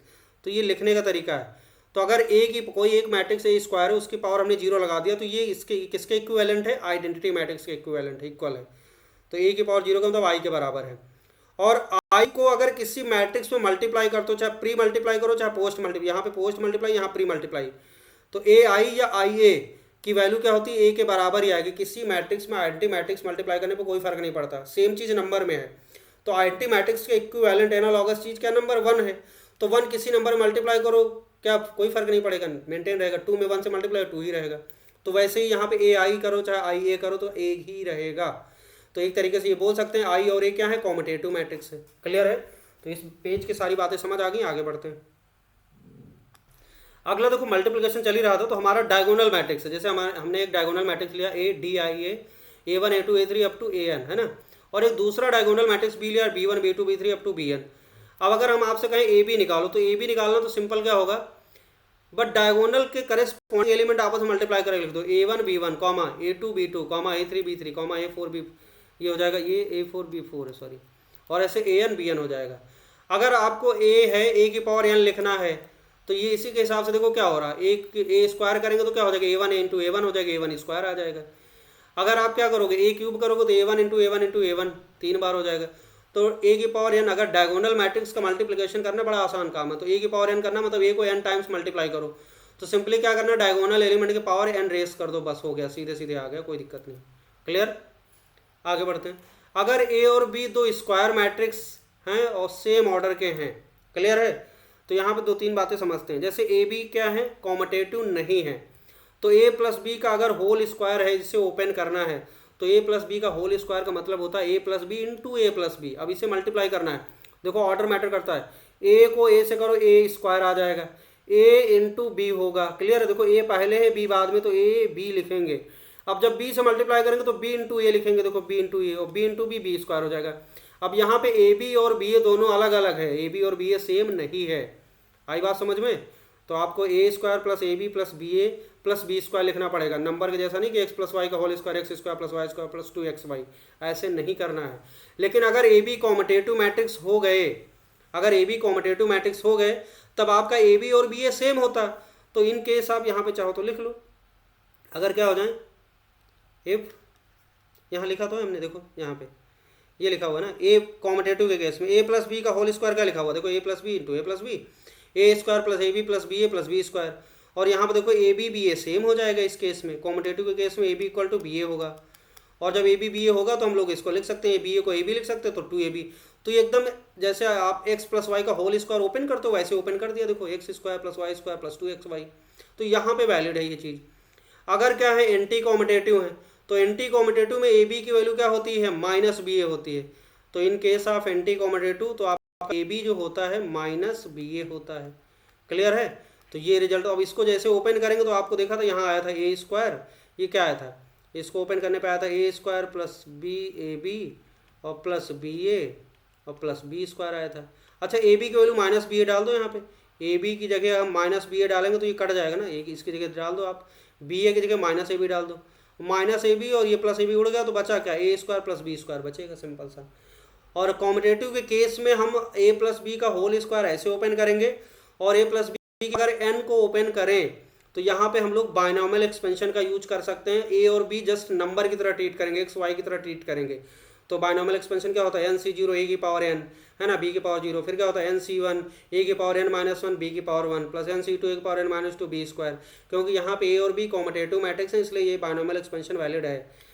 बाकी अगर आपका ये ऐसा नहीं है कॉमटेटिव, तो आप A प्लस बी का स्क्वायर लिखो, इसको ओपन करो, ऐसे लिखोगे, फिर A प्लस बी से मल्टीप्लाई करोगे, फिर जैसे जिस ऑर्डर में A B प्रोडक्ट आएगा वैसे लिखना है, ये नहीं लगा सकते हो। लेकिन अगर कॉमटेटिव है तो simplex algebra x plus Y की पावर n का एक्सपेंशन जैसा इसको ट्रीट कर सकते हो। क्लियर है, आगे बढ़ते हैं। अगला देखो क्या कॉन्सेप्ट है, ट्रांसपोज ऑफ ए मैट्रिक्स। तो सिंपल सा, रो को कॉलम में चेंज कर दो तो ट्रांसपोज कहलाता है ना। लिखते कैसे, जैसे हमारे पास एक मैट्रिक्स है, देखो A11 A12 A3 A21 A22 A23, अब A ट्रांसपोज को लिखते हैं, A की पावर में ऐसे टी लगा देते हैं, A डैश लिखते हैं या AT लिखते हैं ना। और ये क्या होता है, रो को कॉलम बना दो, पहली रो इसको पहला कॉलम बना दिया, देखो दूसरी रो को दूसरा कॉलम बना दिया, ये खड़ा कर दिया ना। तो ये इसका ऑर्डर क्या, इसका 2x3 था तो इसका क्या हो जाएगा 3x2 हो जाएगा, बस इतना सा काम होता है। Properties of transpose of matrix, जैसे A प्लस बी दो मैट्रिक्स को ऐड करो फिर ट्रांसपोज करो, या फिर क्या करो, दोनों का ट्रांसपोज कर लो फिर ऐड करो, सेम चीज़ है। ए बी का ट्रांसपोज क्या होता है, बी का ट्रांसपोज, ये बहुत इंपॉर्टेंट, देखो ए बी को मल्टीप्लाई करो और उसके बाद उसका ट्रांसपोज करो, तो ये सिमिलर रिजल्ट किसके बराबर होगा, बी का ट्रांसपोज करो, ए का ट्रांसपोज करो, और B transpose into A transpose करना, रिवर्स। और जैसे ए बी है तो बी ए लिखना, देखो रिवर्सल लॉ, इसको बहुत इंपॉर्टेंट है, रिवर्सल लॉ। ये 3 जगह होता है, कहाँ कहाँ होता है ये चीज़ ऐसा, ए बी का ट्रांसपोज इनवर्स में होता है, एडजॉइंट में होगा, ट्रांसपोज में होगा। क्लियर है, तो ये अभी हम लोग देखेंगे आगे। तो यहाँ आ गया, ऐसे सिमिलरली ये लिख सकते हैं, ए बी सी डी का ट्रांसपोज क्या हो जाएगा, फिर उल्टा ऑर्डर में लिखो, डी का ट्रांसपोज इंटू सी का ट्रांसपोज इंटू बी का ट्रांसपोज इंटू ए का ट्रांसपोज, ये हो जाएगा। ए ट्रांसपोज फिर ट्रांसपोज कर दो तो सेम आ जाएगा। के ए का ट्रांसपोज करना है तो के तो देखो क्या स्केलर है, ये चुपचाप बाहर निकालो, के इंटू ए का ट्रांसपोज सेम है। अब यहाँ पे जो भी मैट्रिक्स यूज किए उनका ऑर्डर है कि ये एडिशन मल्टीप्लिकेशन पॉसिबल है, ठीक है ना। तो order of matrix such above operation are compatible. तो हमें मैट्रिक्स ऐसा लेना है कि आपका ए बी का प्रोडक्ट हो, बी ट्रांस का प्रोडक्ट पॉसिबल हो, तभी ऐसा कर सकते हैं। चलो आगे बढ़ते हैं। अगला क्या, सिमेट्रिक मैट्रिक्स समझना है और आपको स्क्यू सिमेट्रिक मैट्रिक्स समझना है। बहुत इंपॉर्टेंट कॉन्सेप्ट है। सिमेट्रिक मैट्रिक्स के लिए बस रूल याद रखो, ए ट्रांसपोज की वैल्यू क्या हो जाए, ए के बराबर हो जाए। अगर ए ट्रांसपोज ए के बराबर है तो सिमेट्रिक मैट्रिक्स कहलाता है। अगर ए ट्रांसपोज क्या है, माइनस ए के बराबर है, तो ये कहलाता है स्क्यू सिमेट्रिक मैट्रिक्स। आई बात समझ में। अब देखो यहाँ पे सिमेट्रिक या स्क्यू सिमेट्रिक होने के लिए रिक्वायरमेंट क्या है। तो जैसे मैंने यहाँ पे ए लिखा, देखो ए हमने एक मैट्रिक्स लिखा, यहाँ पे दिखाई पड़ रहा है आपको A1 डायगोनल पे A11 A22 A33 है। और जो नॉन डायगोनल एलिमेंट हमने कैसे लिखा, देखो यहाँ पे ये जैसा है वैसा यहाँ पे है, ये वाला क्या है यहाँ पे है, बिल्कुल वैसा ही यहाँ पे जो एलिमेंट है वैसे ही यहाँ पे है। जब इसका ट्रांसपोज करेंगे तो क्या होगा, जैसे ट्रांसपोज करेंगे देखो पहली रो को पहला कॉलम लिखो तो A11 और ये हमने सिंबल बना दिया, तो देखो ये पहले रो ये बन जाएगा, फिर दूसरी रो को दूसरा चीज आ रहा है, तीसरी। आप देखो ए ट्रांसपोज ये सेम है कि नहीं है। तो हमें क्या करना है, अगर आपको सिमेट्रिक मैट्रिक्स लिखना है तो A I J equal to A J I for all I J होना चाहिए। तो इसके लिए करना क्या है कि डायगोनल पे आप कुछ भी डालो कोई दिक्कत नहीं, जो नॉन डायगोनल एलिमेंट की पोजीशन है उस पर आपको ये ध्यान रखना है कि इसका लोकेशन A12 है, A12 और इस वाले का लोकेशन क्या है A21। तो A12 और A21 लोकेशन पे जो रहेगा वो सेम रहेगा। ऐसे A13 पे और यहाँ पे क्या होगा A31। तो A13 और A31 वाला जो एलिमेंट है वो आइडेंटिकल रखना है, आपको सेम रखना है, तभी उसका ट्रांसपोज आइडेंटिकल आएगा। और इस पे आपको डायगोनल पे कुछ भी डाल दो, क्योंकि ये वन इसका क्या करेंगे A11 ए उसका ए उल्टा करेंगे A11 तो सेम ही आएगा, वही आ जाएगा, तो कोई दिक्कत नहीं। आई बात समझ में। अब इसके बाद फिर क्या आता है, स्क्यू सिमेट्रिक में ए ट्रांसपोज माइनस ए के बराबर होना चाहिए। अब इसके लिए क्या करेंगे, देखो तो आपको डायगोनल पे जीरो रखना है, क्योंकि जब ए ट्रांसपोज माइनस ए करेंगे तो ये भी गड़बड़ नहीं हो जाएगा यहाँ पे। तो ये जीरो रहेगा तो माइनस जीरो प्लस जीरो कोई फर्क नहीं पड़ेगा, जीरो जीरो रहेगा। तो डायगोनल पे सब पे जीरो रखना है। और यहाँ वाले एलिमेंट के बीच में क्या रिलेशन है, मैग्नीट्यूड सेम रखना है, बस साइन अपोजिट रखना है। यहाँ प्लस साइन है तो यहाँ माइनस है। यहाँ पे देखो जो सिंबल बनाया यहाँ पे भी वही बनाओगे, बस साइन अपोजिट कर दिया, समझे कि नहीं। ऐसे यहाँ जो सिंबल बनाया यहाँ पे बनाओ, बस साइन चेंज कर दो। अगर यहाँ प्लस बनाते हो तो यहाँ माइनस, अगर यहाँ माइनस बनाते हो तो यहाँ प्लस बनाओगे। तो इस तरीके से ये आपका स्क्यू सिमेट्रिक। अब जैसे इसका ट्रांसपोज करेंगे तो देखो ये बन गया, और ये माइनस है यहाँ पे हम लिख रहे हैं, देखो माइनस ए लिखेंगे तो माइनस ए करने का मतलब क्या हुआ है, ए में माइनस मल्टीप्लाई करो तो ये आ गया। देखो ए माइनस ए की वैल्यू और ए ट्रांसपोज की वैल्यू सेम आ रही कि नहीं आ रही, ध्यान से देखो ए ट्रांसपोज और माइनस ए सेम आ गया, क्लियर है। और यहाँ पे ए ट्रांसपोज ए के बराबर आ गया, तो इसको सिमेट्रिक मैट्रिक्स और सिमेट्रिक मैट्रिक्स समझ आ गया। अब किसी भी मैट्रिक्स को सिमेट्रिक और इसको सिमेट्रिक पार्ट में स्प्लिट कर सकते हैं कैसे, तो उसके लिए तरीका क्या है, देखो हमारा कोई मैट्रिक्स ए है तो इसको क्या करो ए प्लस ए ट्रांसपोज बाई 2 कर दो और plus A minus A transpose by 2 कर दो। तो ये वाला हिस्सा क्या कहलाता है, सिमेट्रिक पार्ट, और ये वाला हिस्सा क्या कहलाता है, स्क्यू सिमेट्रिक पार्ट। अब इसको ध्यान से देखो, अगर मैं इसको ओपन कर दूँ 1/2a प्लस 1/2a का ट्रांसपोज, 1/2a माइनस 1/2a का ट्रांसपोज, ट्रांसपोज वाला कट जाएगा, 1/2a प्लस 1/2 सिंपली ये बचा कि नहीं बचा। तो किसी भी मैट्रिक्स को आप क्या कर सकते हो, सिमेट्रिक और स्क्यू सिमेट्रिक, किसी भी मैट्रिक्स मतलब स्क्वायर मैट्रिक्स होना जरूरी है क्या, तभी वो, क्योंकि सिमेट्रिक तभी बन पाएगा। तो इस तरीके से हम इसको स्प्लिट कर सकते हैं। ए प्लस ए ट्रांसपोज बाई 2 क्या होगा, सिमेट्रिक पार्ट होगा, और ए माइनस ए ट्रांसपोज क्या होगा, स्क्यू सिमेट्रिक पार्ट हो जाएगा किसी मैट्रिक्स का। क्लियर है, आगे बढ़ते हैं। अगला कॉन्सेप्ट क्या, देखो ट्रेस ऑफ ए मैट्रिक्स। तो ट्रेस ऑफ मैट्रिक्स किसका निकालते हैं, स्क्वायर मैट्रिक्स का, ठीक है। तो कोई स्क्वायर मैट्रिक्स अगर है तो ट्रेस का डायगोनल एलिमेंट का समेशन, सिंपल सी बात है। ट्रेस ऑफ क्या हो जाएगा, A11 plus A22 plus A33, ये हो जाएगा। यानी properties of trace of matrix, कुछ प्रॉपर्टीज देख लेते हैं यहाँ पे। जैसे A B square matrix of same order है तो ट्रेस ऑफ लैम्डा ए क्या होगा, ए में इसके एक मैट्रिक्स है, स्केलर से मल्टीप्लाई कर दिया, तो ट्रेस ऑफ लैम्डा क्या होगा, आप क्या करो ट्रेस ऑफ ए निकालो, उसमें लैम्डा से मल्टीप्लाई कर दो, सेम चीज़ है, कोई दिक्कत नहीं। Trace of A plus B क्या होगा, दोनों का ट्रेस निकालो अलग अलग, उसको ऐड कर दो, सेम रिजल्ट आएगा। ए प्लस बी को जोड़ो फिर ट्रेस निकालो, या फिर दोनों के अलग अलग ट्रेस निकालो, दोनों को ऐड कर दो, सेम रिजल्ट प्रोड्यूस होगा। ट्रेस ऑफ ए बी क्या होगा, trace of B A same होगा। तो ए बी और बी ए जो है मैट्रिक्स बराबर नहीं होंगे, लेकिन उनकी ट्रेस क्या होगी, इक्वल होगी। तो ए बी का ट्रेस और बी ए का ट्रेस क्या होगा, सेम होगा। तो ये कुछ प्रॉपर्टीज़ हैं। उसके बाद फिर अगला कॉन्सेप्ट समझना, determinant of A square matrix. तो स्क्वायर मैट्रिक्स का डिटर्मिनेंट की कुछ प्रॉपर्टीज़ देखना है। जैसे हमारे पास ये ऑलरेडी हम बता चुके हैं डिटर्मिनेंट वाले चैप्टर में। तो कोई एक मैट्रिक्स ए है, उसमें लैम्डा से मल्टीप्लाई किया, आप उसका डिटरमिनेंट निकाला, तो इसको हम लोग ऐसे लिखेंगे डिटर्मिनेंट ऑफ लैम्डा ए, या फिर लैम्डा ए, ऐसे 2 लाइन खींच दिया तो ये होगा डिटर्मिनेंट ऑफ लैम्डा ए। तो देखो ऑर्डर अगर आपका इस मैट्रिक्स का जो ऑर्डर होगा उतनी पावर लेके लैम्डा आ जाएगा, समझे कि नहीं। तो लैम्डा ए का डिटरमिनेंट क्या होगा, लैम्डा की power n into determinant of n क्या है यहाँ पे, ए का ऑर्डर। अगर थर्ड ऑर्डर का है तो लैम्डा एन की वैल्यू क्या हो जाएगी 3, अगर फोर्थ ऑर्डर का है तो एन की वैल्यू 4 हो जाएगी, सेकंड ऑर्डर का है तो एन की वैल्यू 2 हो जाएगी। क्लियर। क्योंकि मैट्रिक्स में कोई स्केलर मल्टीप्लाई होता है तो वो अंदर जाता है, सब में मल्टीप्लाई हो जाता है, और फिर वो डिटरमिनेंट बना दिया। तो डिटरमिनेंट की प्रॉपर्टी क्या है कि हर एक रो में अगर कोई एलिमेंट कॉमन है तो एक बार बाहर आ जाएगा, या हर एक मतलब किसी एक कॉलम में कोई एक एलिमेंट कॉमन है तो एक बार बाहर आ जाएगा। तो यहाँ पे लैम्डा हर एक एलिमेंट में अवेलेबल है, तो हर रो से एक लैम्डा निकलेगा, तो लैम्डा की पावर 3 हो जाएगा। अगर एन रोज है तो लैम्डा की पावर एन निकल आएगा। ये हम वहाँ बता चुके हैं डिटरमिनेंट में। अब देखो अगर हमारे पास कोई मैट्रिक्स है, क्या A1 A2 A3 up to N matrix है, square matrix of same order है, तो अगर मैं क्या करूं, इन सारे मैट्रिक्स को मल्टीप्लाई करूं, उसके बाद उसका डिटरमिनेंट वैल्यू कैलकुलेट करूं, तो ये चीज़ किसके बराबर होगी, सभी का अलग अलग डिटरमिनेंट निकाल लो और उनको मल्टीप्लाई कर दो, सेम रिजल्ट आएगा। कहने का मतलब फिर ये हो गया कि अगर हमारे पास 3 मैट्रिक्स हैं स्क्वायर सेम ऑर्डर के, तो ABC प्रोडक्ट निकालो। अच्छा, मैट्रिक्स मल्टीप्लिकेशन करना मेहनत वाला काम है, फिर इसका डिटरमिनेंट निकालो। तो सिंपली आप क्या कर सकते हो यार, तीनों का अलग अलग डिटरमिनेंट निकाल लो और उसका प्रोडक्ट कर दो। ये आसान काम है, तीनों का डिटरमिनेंट निकाला मल्टीप्लाई करते, ये आसान काम है। तो इन जनरल अगर आपके पास A1 A2 up to AN है, तो इनका प्रोडक्ट निकालो, फिर डिटरमिनेंट निकालो, किसके बराबर होगा, इंडिविजुअल डिटरमिनेंट के प्रोडक्ट के बराबर हो जाएगा। अब अगर ये रिजल्ट समझ आया तो ये भी आ गया। A की पावर n का मतलब A को n टाइम्स मल्टीप्लाई करो, फिर डिटरमिनेंट निकालो। आसान काम क्या है, A का डिटरमिनेंट निकालो, उसकी पावर n लगा दो, आसान काम। A का डिटरमिनेंट क्या होगा और A ट्रांसपोज, ये सेम होता है। A का डिटरमिनेंट A का ट्रांसपोज का डिटरमिनेंट क्या होता है, सेम ही आता है। पांचवा, अगर A और B square matrix of same order है, तो AB का डिटरमिनेंट और BA का डिटरमिनेंट क्या आएगा, सेम आएगा, भले AB और BA बराबर ना हो। ये अच्छी बात है। अच्छी बात क्या, देखो क्योंकि AB का डिटरमिनेंट और BA का डिटरमिनेंट कैसे हो रहा है, देखो जैसे AB हमने लिखा तो इसका डिटरमिनेंट लिखेंगे क्या, A का डिटरमिनेंट इंटू B का डिटरमिनेंट लिख लेंगे। ऐसे अगर हमने BA लिखा तो BA का डिटरमिनेंट क्या लिखेंगे, B का डिटरमिनेंट और इंटू A का डिटरमिनेंट। अच्छा, ये दो A नंबर है, 2 नंबर का प्रोडक्ट, देखो डिटरमिनेंट इंटू डिटरमिनेंट भी, और या डिटरमिनेंट भी इंटू डिटरमिनेंट, सेम चीज़ आएगा, ये राइट साइड सेम आ गया। तो इसलिए ऐसा होता है, भले A B बराबर ना हो लेकिन उनका डिटरमिनेंट वैल्यू क्या हो जाएगी, बराबर हो जाएगी।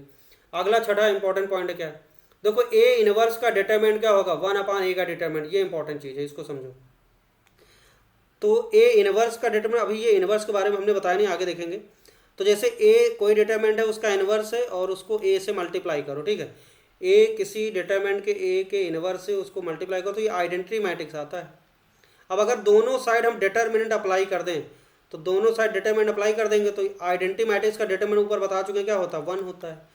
और A इनवर्स है, ये एक तरीके से 2 मैट्रिक्स का प्रोडक्ट है, तो इनका अलग अलग डिटरमिनेंट निकाल सकते हैं। A इनवर्स का डिटरमिनेंट इंटू क्या होगा, A का डिटरमिनेंट हो गया, और इक्वल टू 1 है, तो यहाँ से आप देख सकते हो A इनवर्स डिटरमिनेंट क्या हो जाएगा, 1/A का डिटरमिनेंट।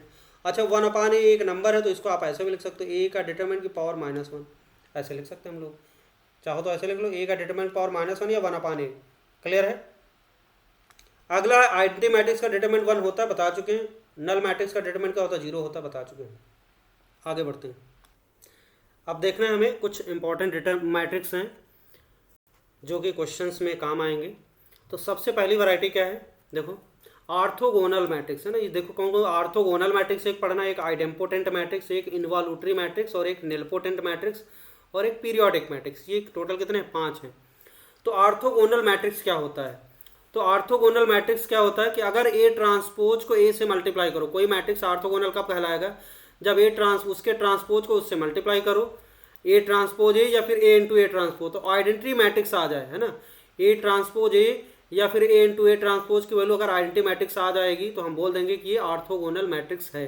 समझ आ गया। तो ये इंपॉर्टेंट पॉइंट है, याद रखना।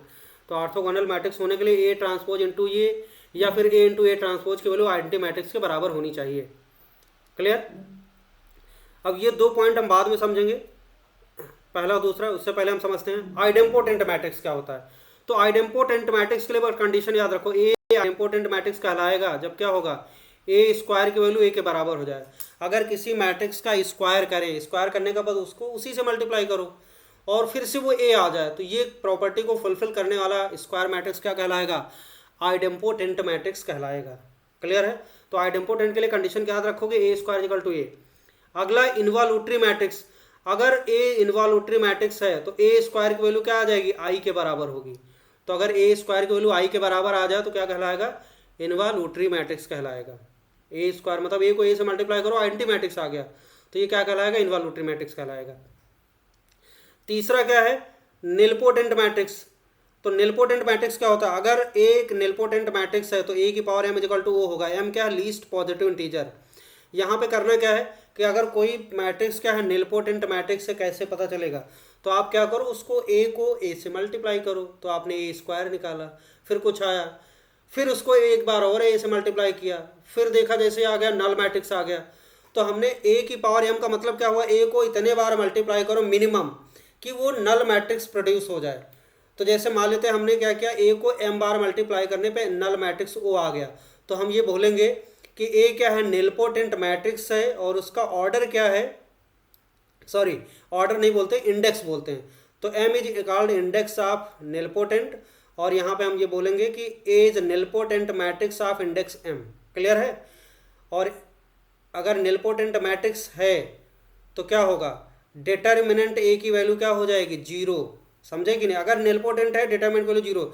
जैसे मान लेते एग्जांपल के लिए, जैसे मान लेते हमने ए क्यूब किया और वो नल आ गया, तो हम बोलेंगे A is nilpotent matrix of index 3। अब देखो इसका हम डिटर्मिनेंट निकालते हैं, बहुत सारे डिटर्मिनेंट अप्लाई करो, तो ए क्यूब का डिटर्मिनेंट इक्वल टू क्या होगा? नल मैट्रिक्स का डिटर्मिनेंट जीरो आ गया। अच्छा, ए क्यूब का डिटर्मिनेंट क्या होता है? ए का डिटर्मिनेंट का क्यूब सेम होता है। देखो ए का डिटर्मिनेंट इक्वल टू क्या आ गया? जीरो। तो अगर हमारे पास ये कन्फर्म है कि निलपोटेंट मैट्रिक्स है तो उसका डिटर्मिनेंट जीरो होगा। लेकिन अगर किसी मैट्रिक्स का डिटर्मिनेंट जीरो है तो ये जरूरी नहीं कि वो निलपोटेंट मैट्रिक्स। क्लियर है? तो ये बात समझ आ गई आपको। अब इसके बाद आता है पीरियोडिक मैट्रिक्स। पीरियोडिक मैट्रिक्स क्या होता है? देखो हमें क्या करना है, जैसे कोई मैट्रिक्स ऐसे है, हमने ए की पावर के प्लस वन किया, जैसे मान लेते हैं ए की पावर के प्लस वन फिर से ए के बराबर आ जाए, तो वो क्या कहलाएगा? ये वाली प्रॉपर्टी को फुलफिल करे। ए की पावर के प्लस वन इक्वल टू ए अगर आ गया और के क्या लीस्ट पॉजिटिव इंटीजर है, तो ये कहलाएगा पीरियोडिक मैट्रिक्स विद पीरियड के। अब यहाँ पे एग्जांपल के लिए जैसे समझते, मान लेते हमारे पास कोई मैट्रिक्स है, ए क्यूब की वैल्यू क्या आ गई? ए आ गई। तो इसका मतलब क्या हुआ? इसको हम ऐसे लिखेंगे, ए की पावर 3 को लिखेंगे 2 + 1 इक्वल टू ए। अब देखो यहाँ पे ये बन गया ना, ए की पावर के प्लस 1 इक्वल टू ए। तो यहाँ के की वैल्यू क्या है? के की वैल्यू 2 है, तो के क्या है? पीरियड है। तो पीरियड ऑफ दिस मैट्रिक्स क्या हो जाएगा? 2 हो जाएगा। आ गई बात समझ में? क्लियर है? तो इस तरीके से करना। अब पीरियड ऑफ स्क्वायर इसका सॉरी, अगर कोई स्क्वायर नल मैट्रिक्स है ना तो उसका पीरियड डिफाइंड नहीं होगा। नल मैट्रिक्स है मान लेते, तो नल मैट्रिक्स का क्या होता है? जैसे ओ आपका देखो, ओ का स्क्वायर की वैल्यू ओ आ जाएगी, है ना। ओ क्यूब की वैल्यू भी क्या आएगी? ओ ही आएगी, है ना। ओ की पावर 1 की वैल्यू भी क्या आएगी? ओ आएगी। तो ये स्क्वायर नल मैट्रिक्स का पीरियड डिफाइंड नहीं होता है। और पीरियड ऑफ आइडेंटिटी मैट्रिक्स, अगर आइडेंटिटी मैट्रिक्स को हम देखें एक स्पेशल केस है, आपको पीछे बता चुके, आई स्क्वायर की वैल्यू क्या होती है? आई होती कि नहीं होती? देखो ध्यान से, आई स्क्वायर की वैल्यू तो मिनिमम नंबर, आई स्क्वायर की वैल्यू आई हो गई, आई क्यूब भी आई होगा, तो आई स्क्वायर आई होता है। तो आप इसको ऐसे लिख दो, आई की पावर 1 + 1 इक्वल टू आई हो गया। तो देखो ये हो गया के, आई की पावर के प्लस 1 इक्वल टू आई आ गया, तो ये के क्या गया? 1 हो गया। तो आइडेंटिटी मैट्रिक्स का पीरियड क्या होता है? 1 होता है। एक तरीके से आइडेंटिटी मैट्रिक्स क्या होता है? पीरियोडिक मैट्रिक्स विद पीरियड 1 होता है। क्लियर है?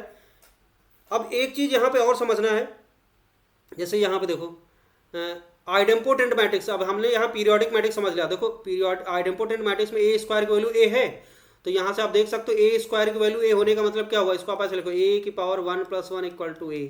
अब यहाँ पे देखो ये के क्या है? के की वैल्यू क्या आ गई? 1। ए की पावर 1 + 1 इक्वल टू ए की पावर के प्लस 1।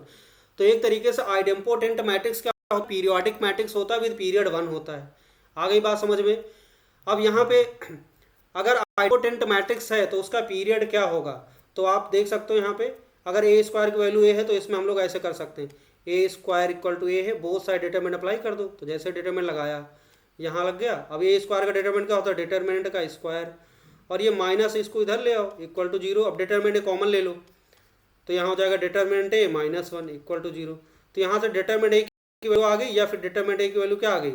1 आ गई। तो अगर कोई मैट्रिक्स का आइडेम्पोटेंट मैट्रिक्स है तो या तो उसके डिटरमिनेंट वैल्यू 0 होगी या फिर 1 होगी। क्लियर है? तो डिटरमिनेंट इक्वल टू 0 और 1, but vice versa is not true, है ना। अगर आइडेम्पोटेंट है तब उसके डिटरमिनेंट इक्वल टू 0 होगी या 1 होगी, लेकिन 0 या 1 है तो जरूरी नहीं कि वो आइडेम्पोटेंट मैट्रिक्स हो। क्लियर है, तो ये ध्यान रखना।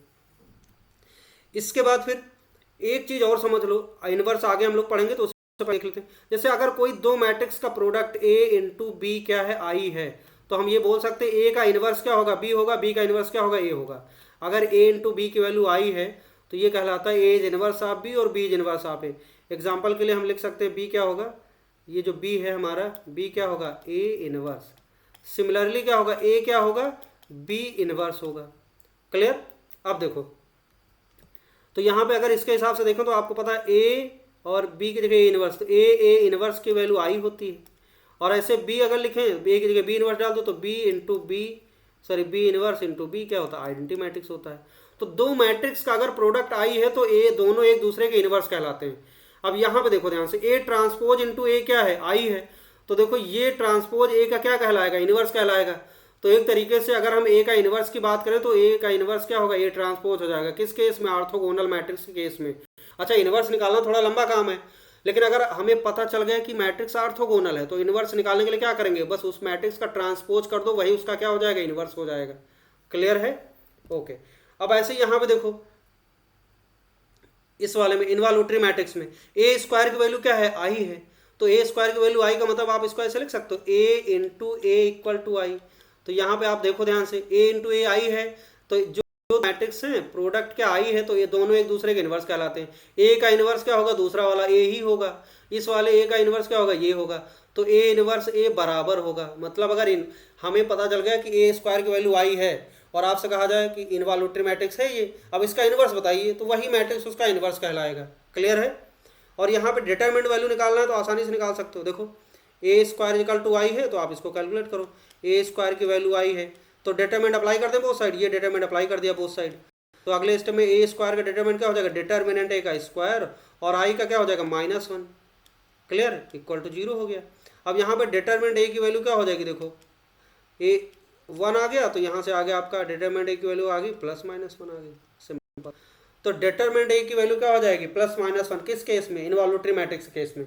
अगर हमें पता है कि वो मैट्रिक्स इनवॉल्यूटरी है तो उसके डिटरमिनेंट वैल्यू क्या होगी, +-1 होगी, लेकिन इसका वाइस वर्सा ट्रू नहीं है। क्लियर हो गया। तो ये सारी बातें आपको समझ आ गई। आगे बढ़ते हैं। अगला जो पॉइंट है बहुत इंपॉर्टेंट है, adjoint of A square matrix, है ना।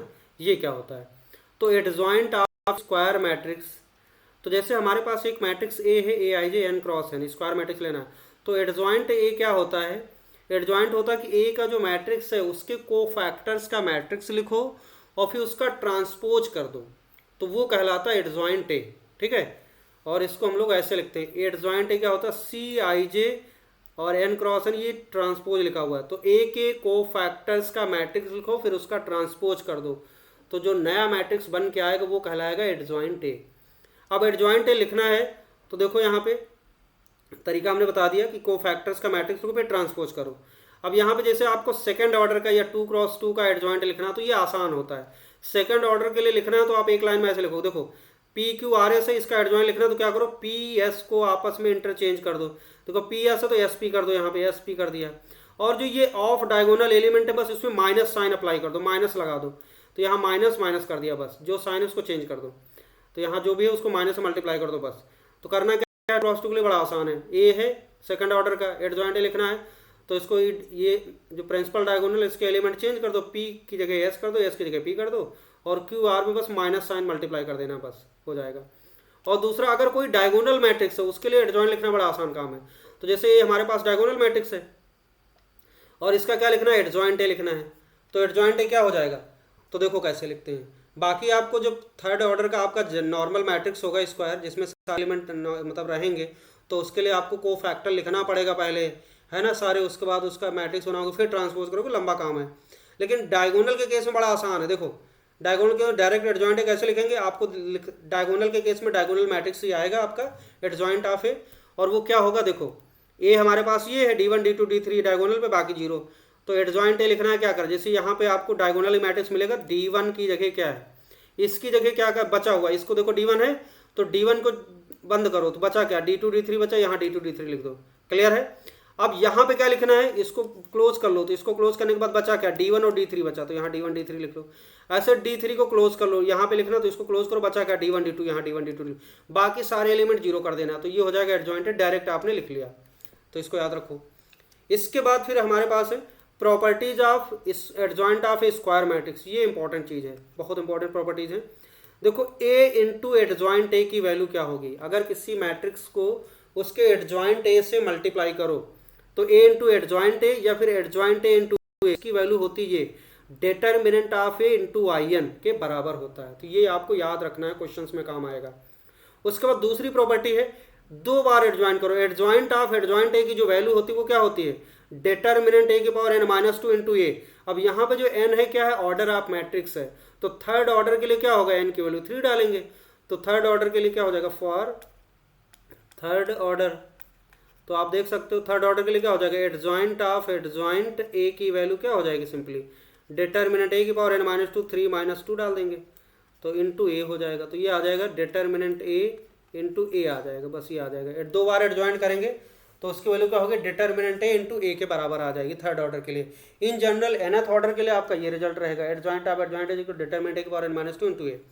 इसके बाद अगला पॉइंट आता है, ये तीसरा चौथा पांचवा पॉइंट बहुत इंपॉर्टेंट है। एडजॉइंट ए का जो डिटर्मिनेंट है वो क्या होता है, डिटर्मिनेंट ए की पावर एन माइनस वन, इसको याद रखना है। एडजॉइंट एक बार एडजॉइंट किया तो उसका डिटर्मिनेंट क्या होगा, डिटर्मिनेंट ए की power N minus one. N क्या ऑर्डर ऑफ मैट्रिक्स है, ठीक है, थर्ड ऑर्डर फोर्थ जो भी है, तो एन की वैल्यू अगर थर्ड ऑर्डर, एन की वैल्यू 3 यूज करना है। अब दो बार एडजॉइंट करो, एडजॉइंट ऑफ एडजॉइंट दो बार एडजॉइंट करो तो उसके डिटरमिनेंट की वैल्यू क्या होगी, यहाँ पे उसके डिटरमिनेंट की वैल्यू की बात हो रही है, ऊपर क्या था, एडजॉइंट ऑफ एडजॉइंट ए था, मैट्रिक्स था, यहाँ पे उसका डिटरमिनेंट है, तो ये क्या होगा, डिटरमिनेंट एक बार एन माइनस वन का स्क्वायर। देखो एन माइनस वन है, दो बार एडजॉइंट किया तो एन माइनस वन का स्क्वायर हो गया। अगर तीन बार एडजॉइंट किया और उसके बाद डिटरमिनेंट वैल्यू निकाली तो क्या होगा, डिटरमिनेंट एक बार एन माइनस वन का क्यूब होगा। अब सिमिलरली अगर चार बार एडजॉइंट करेंगे तो डिटरमिनेंट क्या हो जाएगा, उसकी डिटरमिनेंट वैल्यू डिटरमिनेंट ए की power N minus one power 4 हो जाएगा। पांच बार करेंगे तो क्या हो जाएगा, डिटरमिनेंट ए की पावर एन माइनस वन की पावर 5 हो जाएगा, एंड सो ऑन। समझ गए, ये बहुत इंपॉर्टेंट है, क्वेश्चन बहुत यूज होगा। अगला क्या है, एडजॉइंट ए बी की वैल्यू क्या होगी, रिवर्सल लॉ हमने बताया था कि देखो एडजॉइंट ट्रांसपोज और इनवर्स में ये चीज होगा, तो दो ए बी का एडजॉइंट करेंगे तो क्या होगा, इसका उल्टा adjoint B into adjoint A, मतलब ए बी प्रोडक्ट निकालो फिर उसका एडजॉइंट निकालो। सेम चीज क्या होगी, ए और बी का एडजॉइंट अलग अलग निकाल लो और उसको रिवर्स ऑर्डर में मल्टीप्लाई करो, adjoint B into adjoint A करो, तो सेम रिजल्ट आएगा। अगला क्या है, in general adjoint of A one A two A three up to A n क्या होगा, उल्टा कर दो, adjoint A n into adjoint A n minus one up to कहाँ तक, एडजॉइंट ए वन तक चलेगा। समझ आ गई बात, आगे बढ़ते हैं।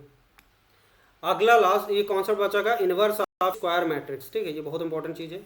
Inverse of A square matrix क्या होता है, देखो इन्वर्ट कोई भी मैट्रिक्स इन्वर्टेबल तभी होगा जब क्या होगा, वो singular sorry non singular matrix होगा।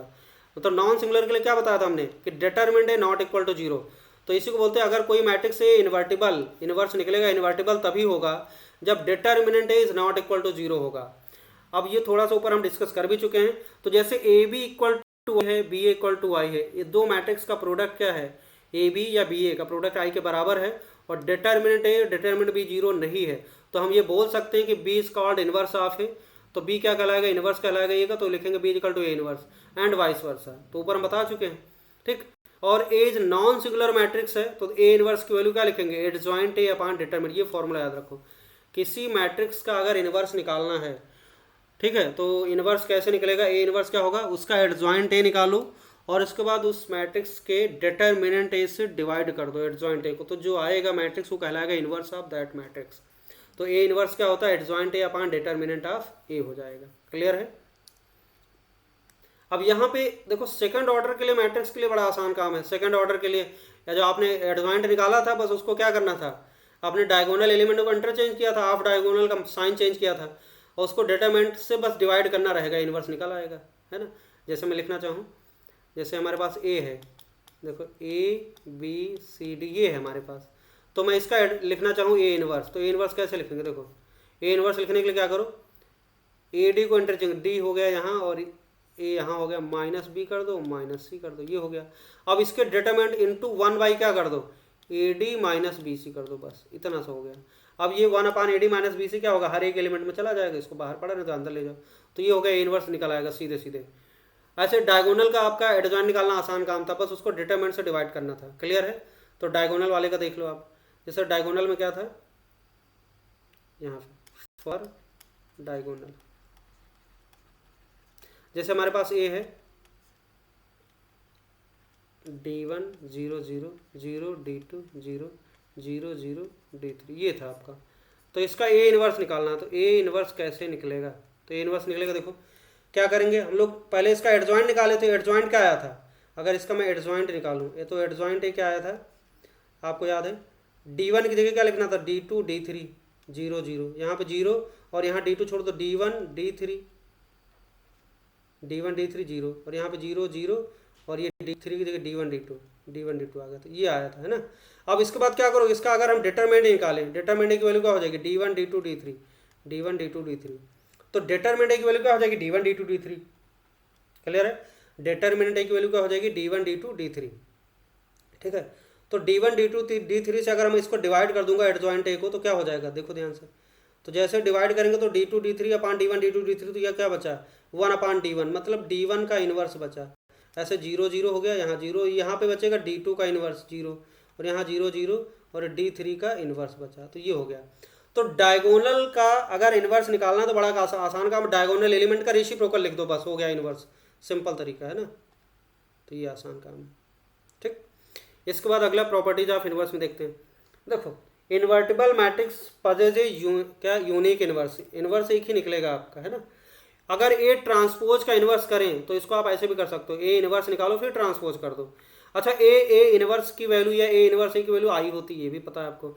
ए इन्वर्स का डिटरमिनेंट क्या होता है, 1 अपान ए का डिटरमिनेंट, या ए का डिटरमिनेंट की पावर -1 कर सकते हैं, सेम चीज़ है। तीसरा, दो मैट्रिक्स को मल्टीप्लाई करो फिर उसका इन्वर्स निकालो, क्या होगा, रिवर्सल लॉ बताया था। ए बी का इन्वर्स क्या होगा, बी का इन्वर्स इंटू ए का इन्वर्स के बराबर होगा। Similarly A1 A2 A3 up to AN का इन्वर्स क्या हो जाएगा, उल्टा ऑर्डर में लिख दो, AN का इन्वर्स इंटू N-1 का इन्वर्स, ऐसे चलेगा। ए का इन्वर्स फिर इन्वर्स, 2 बार इन्वर्स किया तो सेम रिजल्ट आ गया, ए आ गया। ए की पावर m का इन्वर्स निकालना तो क्या करो आप, ए की पावर m का इन्वर्स या ए की पावर m निकालो फिर इन्वर्स निकालो, सेम रिजल्ट आएगा।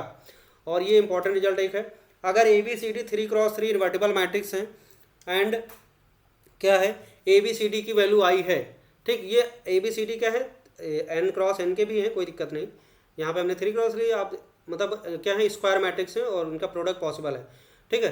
तो ABCD की वैल्यू अगर आई है तो अगर आपसे पूछा जाए ए इनवर्स की वैल्यू बताओ तो क्या होगा, यहाँ पे देखो ABCD आई है तो ए इनवर्स क्या हो जाएगा, BCD, बी इनवर्स क्या हो जाएगा, CDA। तो ये एक सिंपल तरीके से लिख सकते हैं इसको, ऐसे देखो यहाँ पे लिखो ABCD, हमारे पास क्या था, ये ऑर्डर है ABCD, तो हमने देखो ऐसे लिख लिया साइक्लिक ऑर्डर में, ABCD लिख लिया। अब हमें ए इनवर्स चाहिए, ABCD, देखो हमें ए इनवर्स चाहिए तो ए के आगे बढ़ जाओ, क्या मिलेगा, बी मिलेगा, सी मिलेगा, डी मिलेगा, तो BCD आ गया। अब बी इनवर्स चाहिए तो बी के आगे बढ़ना शुरू करो, बी इनवर्स चाहिए तो बी के आगे बढ़ो, सी मिला, डी मिला, ए मिला, देखो CD आ गया। सी इनवर्स चाहिए तो सी इनवर्स का मतलब क्या होगा, सी के आगे बढ़ो, DAB, तो DAB मिल गया। और डी इनवर्स चाहिए तो डी के आगे आपको एंटी क्लॉकवाइज चलना है, तो डी के आगे क्या, ABC, तो ABC आ गया। तो डायरेक्ट आप इनवर्स लिख सकते हो इस तरीके से। आगे बढ़ते हैं, अगला कॉन्सेप्ट क्या है, system of linear equation in 3 variables, ठीक है। तो ये वाला जो कॉन्सेप्ट है डिटरमिनेंट में हम लोगों ने बहुत डिटेल में पढ़ा है। तो यहाँ पे सीखना क्या है कि 3 इक्वेशन दी जाएंगी, system of linear equation in 3 variable, और उसके सोल्यूशंस बताना है, नेचर ऑफ सोल्यूशंस बताना है, ठीक है। एक इसमें पार्ट होगा होमोजीनियस वाला केस और ये नॉन होमोजीनियस वाला केस। तो होमोजीनियस केस में क्या होगा, D1 D2 D3 की वैल्यू क्या हो जाएगी, 0 हो जाएगी। तो इक्वेशन ऐसी होगी, A1x plus B1y plus C1z equal to 0, A2x plus B2y plus C2z equal to 0, ऐसे, ठीक है। ये तीसरा 0 हो जाएगा। अब देखो ये जो सवाल है, ये जो कॉन्सेप्ट है, मैट्रिक्स में इसी चीज़ को कैसे दिया जाता है, डिटरमिनेंट में आपको ऐसे दे देगा, और यही चीज़, यही 3 इक्वेशन दी जाएंगी वो मैट्रिक्स वाले फॉर्मेट में ऐसे देगा, इस तरीके से। देखो एक मैट्रिक्स यहाँ पे लिखा A1 B1 C1, A2 B2 C2, A3 B3 C3, एक फिर कॉलम मैट्रिक्स लिखा आपका XYZ और इक्वल टू एक कॉलम मैट्रिक्स लिखा D1 D2 D3। अब ये क्वेश्चन दे रखा, बोलेगा इस सिस्टम का नेचर ऑफ सोल्यूशन बताना है आपको, ठीक है। अब इसे आप इसमें कन्वर्ट कर सकते हो, कैसे, आपको पता है कि रो बाई कॉलम मल्टीप्लिकेशन होता है। तो देखो यहाँ पे रो, ये रो बनेंगे 3, है ना, ये बना लिया आपने। तो जैसे आप करोगे इसको तो रो बाई कॉलम एक ही आया ना, तो A1 B1 C1 इस पे इसको जैसे इसके ऊपर रखेंगे रो बाई कॉलम, तो A1x प्लस B1y और प्लस C1z यहाँ पे रख दिया, तो पहला एलिमेंट आ गया यहाँ पे, तो ये आ गया आपका, इस तरीके का बनेगा। यहाँ पे आ गया A1x plus B1Y plus C1Z। उसके बाद फिर आगे तो कुछ है ही नहीं, फिर अगला हमने दूसरी रो को उठाया और इस पे कॉलम पे रखा, तो A2X प्लस ऐसे आ गया A2X प्लस B2Y है ना, प्लस C2Z और प्लस हो गया। उसके बाद तीसरा किया तो ये आ गया। उसके बाद ये इक्वल टू क्या, D1 D2 D3। तो देखो ये एक कॉलम मैट्रिक्स बना, ये कॉलम मैट्रिक्स बना, और ये दूसरा column matrix D1 D2 D3 है। तो दो मैट्रिक्स इक्वल होंगे तो इसका मतलब क्या हुआ, पहला एलिमेंट इसके बराबर हो जाएगा। तो ये इक्वेशन ये हो गई, ये हो गई। तो एक तरीके से इक्वेशन को देने का तरीका ये हो गया, मैट्रिक्स फॉर्मेट। तो ये चीज़ अगर आपको क्वेश्चन में दी गई इस तरीके से तो कोई दिक्कत नहीं, आप इसे कन्वर्ट कर लेंगे, है ना। अब हमारा सवाल ये है कि यहाँ पे आपको नेचर ऑफ सोल्यूशन और सोल्यूशन निकालना है। तो अगर आपको इस फॉर्मेट में दिया तो आप इसे ऐसे कर लो, उसके बाद डिटरमिनेंट जो हमने डिटेल में सिखाया है तो डिटरमिनेंट वाले तरीके से सॉल्व कर लो, ज़्यादा अच्छा है। इन केस अगर आप मैट्रिक्स वाले फॉर्मेट में करना चाहते हो वो भी सीख लेते हैं, लेकिन कोई दिक्कत नहीं, आपको आंसर से मतलब है तो एक तरीका फॉलो करो, लेकिन यहाँ पे हम दूसरा तरीका भी बता देते हैं आपको, ठीक है। तो देखो कैसे करेंगे। तो यहाँ पे हमारे पास ये इसको मान लेते हैं, ये वाला ए है और ये इसका नाम रख दिया एक्स और इसका नाम रख दिया आपने बी, ठीक। तो देखो ए एक्स इक्वल टू बी लिख सकते हैं कि नहीं, यहाँ पे A X equal to B लिख सकते हैं।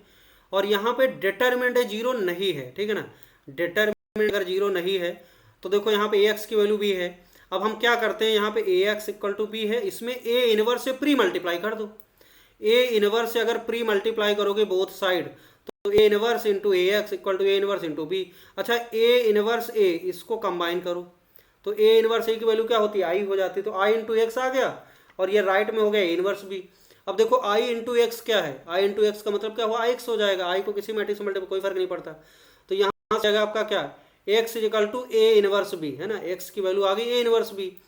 अब यहाँ पे ए इनवर्स बी है तो ए इनवर्स की वैल्यू क्या होती है, adjoint A upon determinant A into B.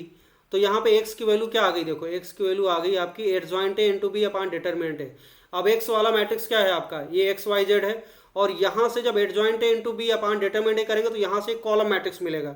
तो ये x की वैल्यू आप ऐसे लिखोगे एक्स वाई जेड, और जब आप ये चीज़ सॉल्व करोगे तो यहाँ से कुछ आएगा आपका ऐसा, कुछ यहाँ आएगा, यहाँ आएगा, यहाँ ये कॉलम मैट्रिक्स मिलेगा। तो x की वैल्यू क्या आ जाएगी, ये वाला चीज़, y की वैल्यू इसके बराबर आ जाएगी, z की वैल्यू इसके बराबर आ जाएगी। आप ऐसे कर सकते हो, ठीक है। अब देखो यहाँ पे, और बाकी डिटरमिनेंट वाला तरीका हमने बताया, मैट्रिक्स फॉर्मेट में लिखा, आप डिटरमिनेंट कन्वर्ट कर लो, उसके बाद उसके तरीके से अपनाओ। डिटरमिनेंट हमने delta, delta X, delta Y, delta Z निकाल के बताया था सारी चीज़ें, ठीक। अब देखो ध्यान से यहाँ पे मैट्रिक्स में कैसे करते हैं। तो nature of solution of system of linear equation in three variable.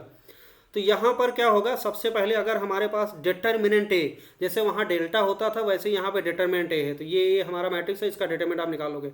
अगर ये जीरो नहीं हुआ तो x की वैल्यू क्या लिखेंगे, ए इनवर्स बी, जैसा मैंने ऊपर बताया है। और ये सिचुएशन में यूनिक सोल्यूशन मिलेगा आपको, एक्स वाई जेड के यूनिक सेट मिलेगा।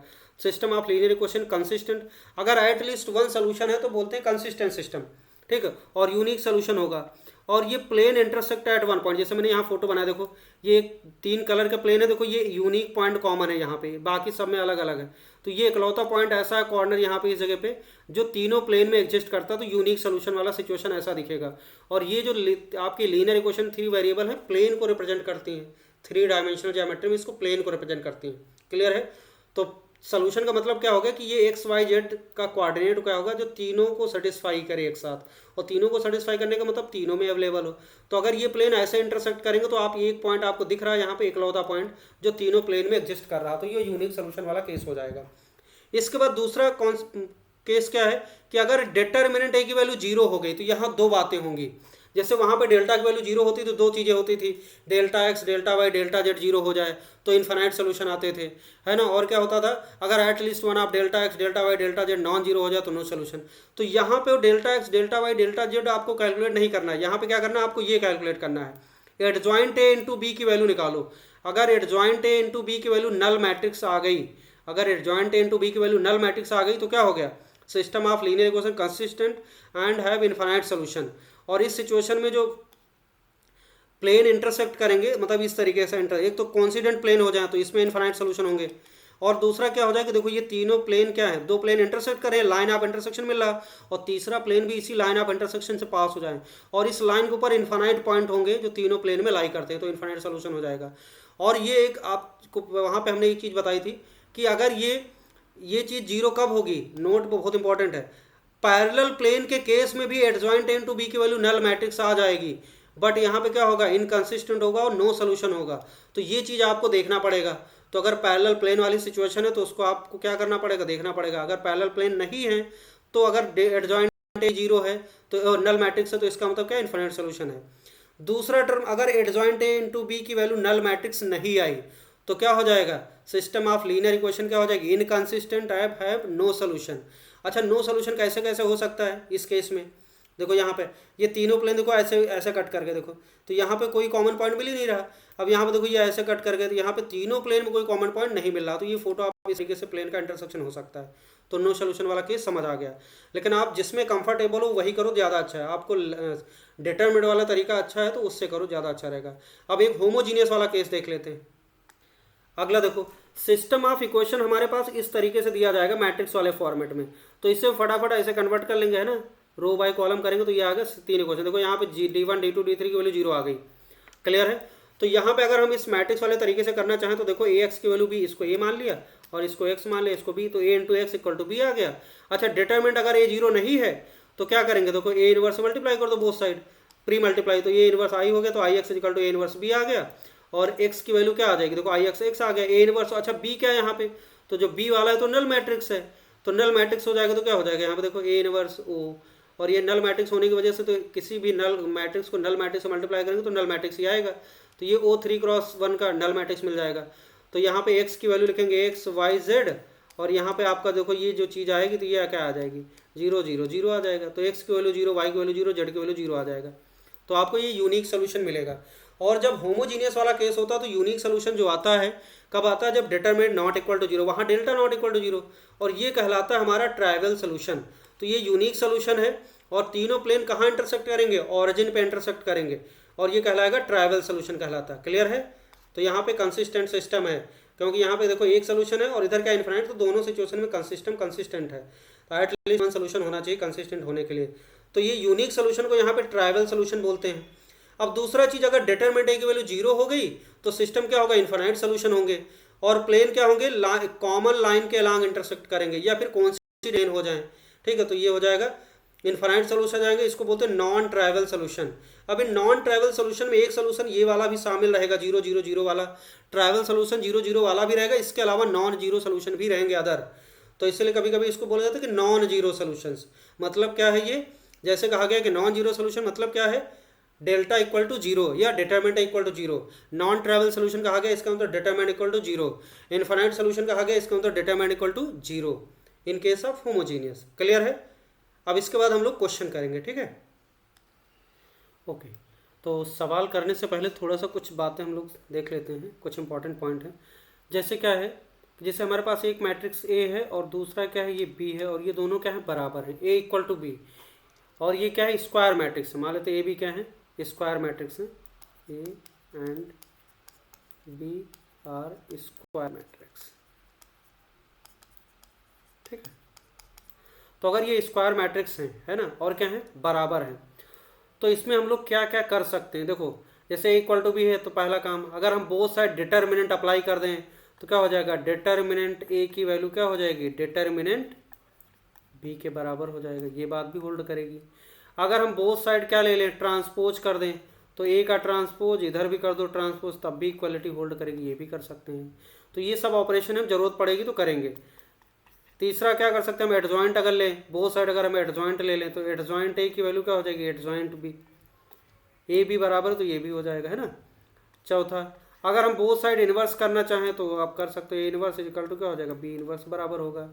पांचवा क्या, अगर हम क्या करें, किसी अदर मैट्रिक्स से मल्टीप्लाई करें, प्री मल्टीप्लाई या पोस्ट मल्टीप्लाई, तो जैसे मैंने क्या किया, सी से मल्टीप्लाई किया, प्री मल्टीप्लिकेशन है ना,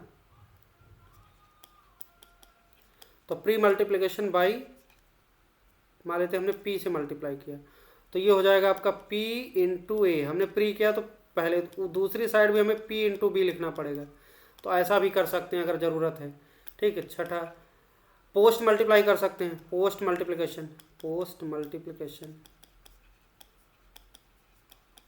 ठीक।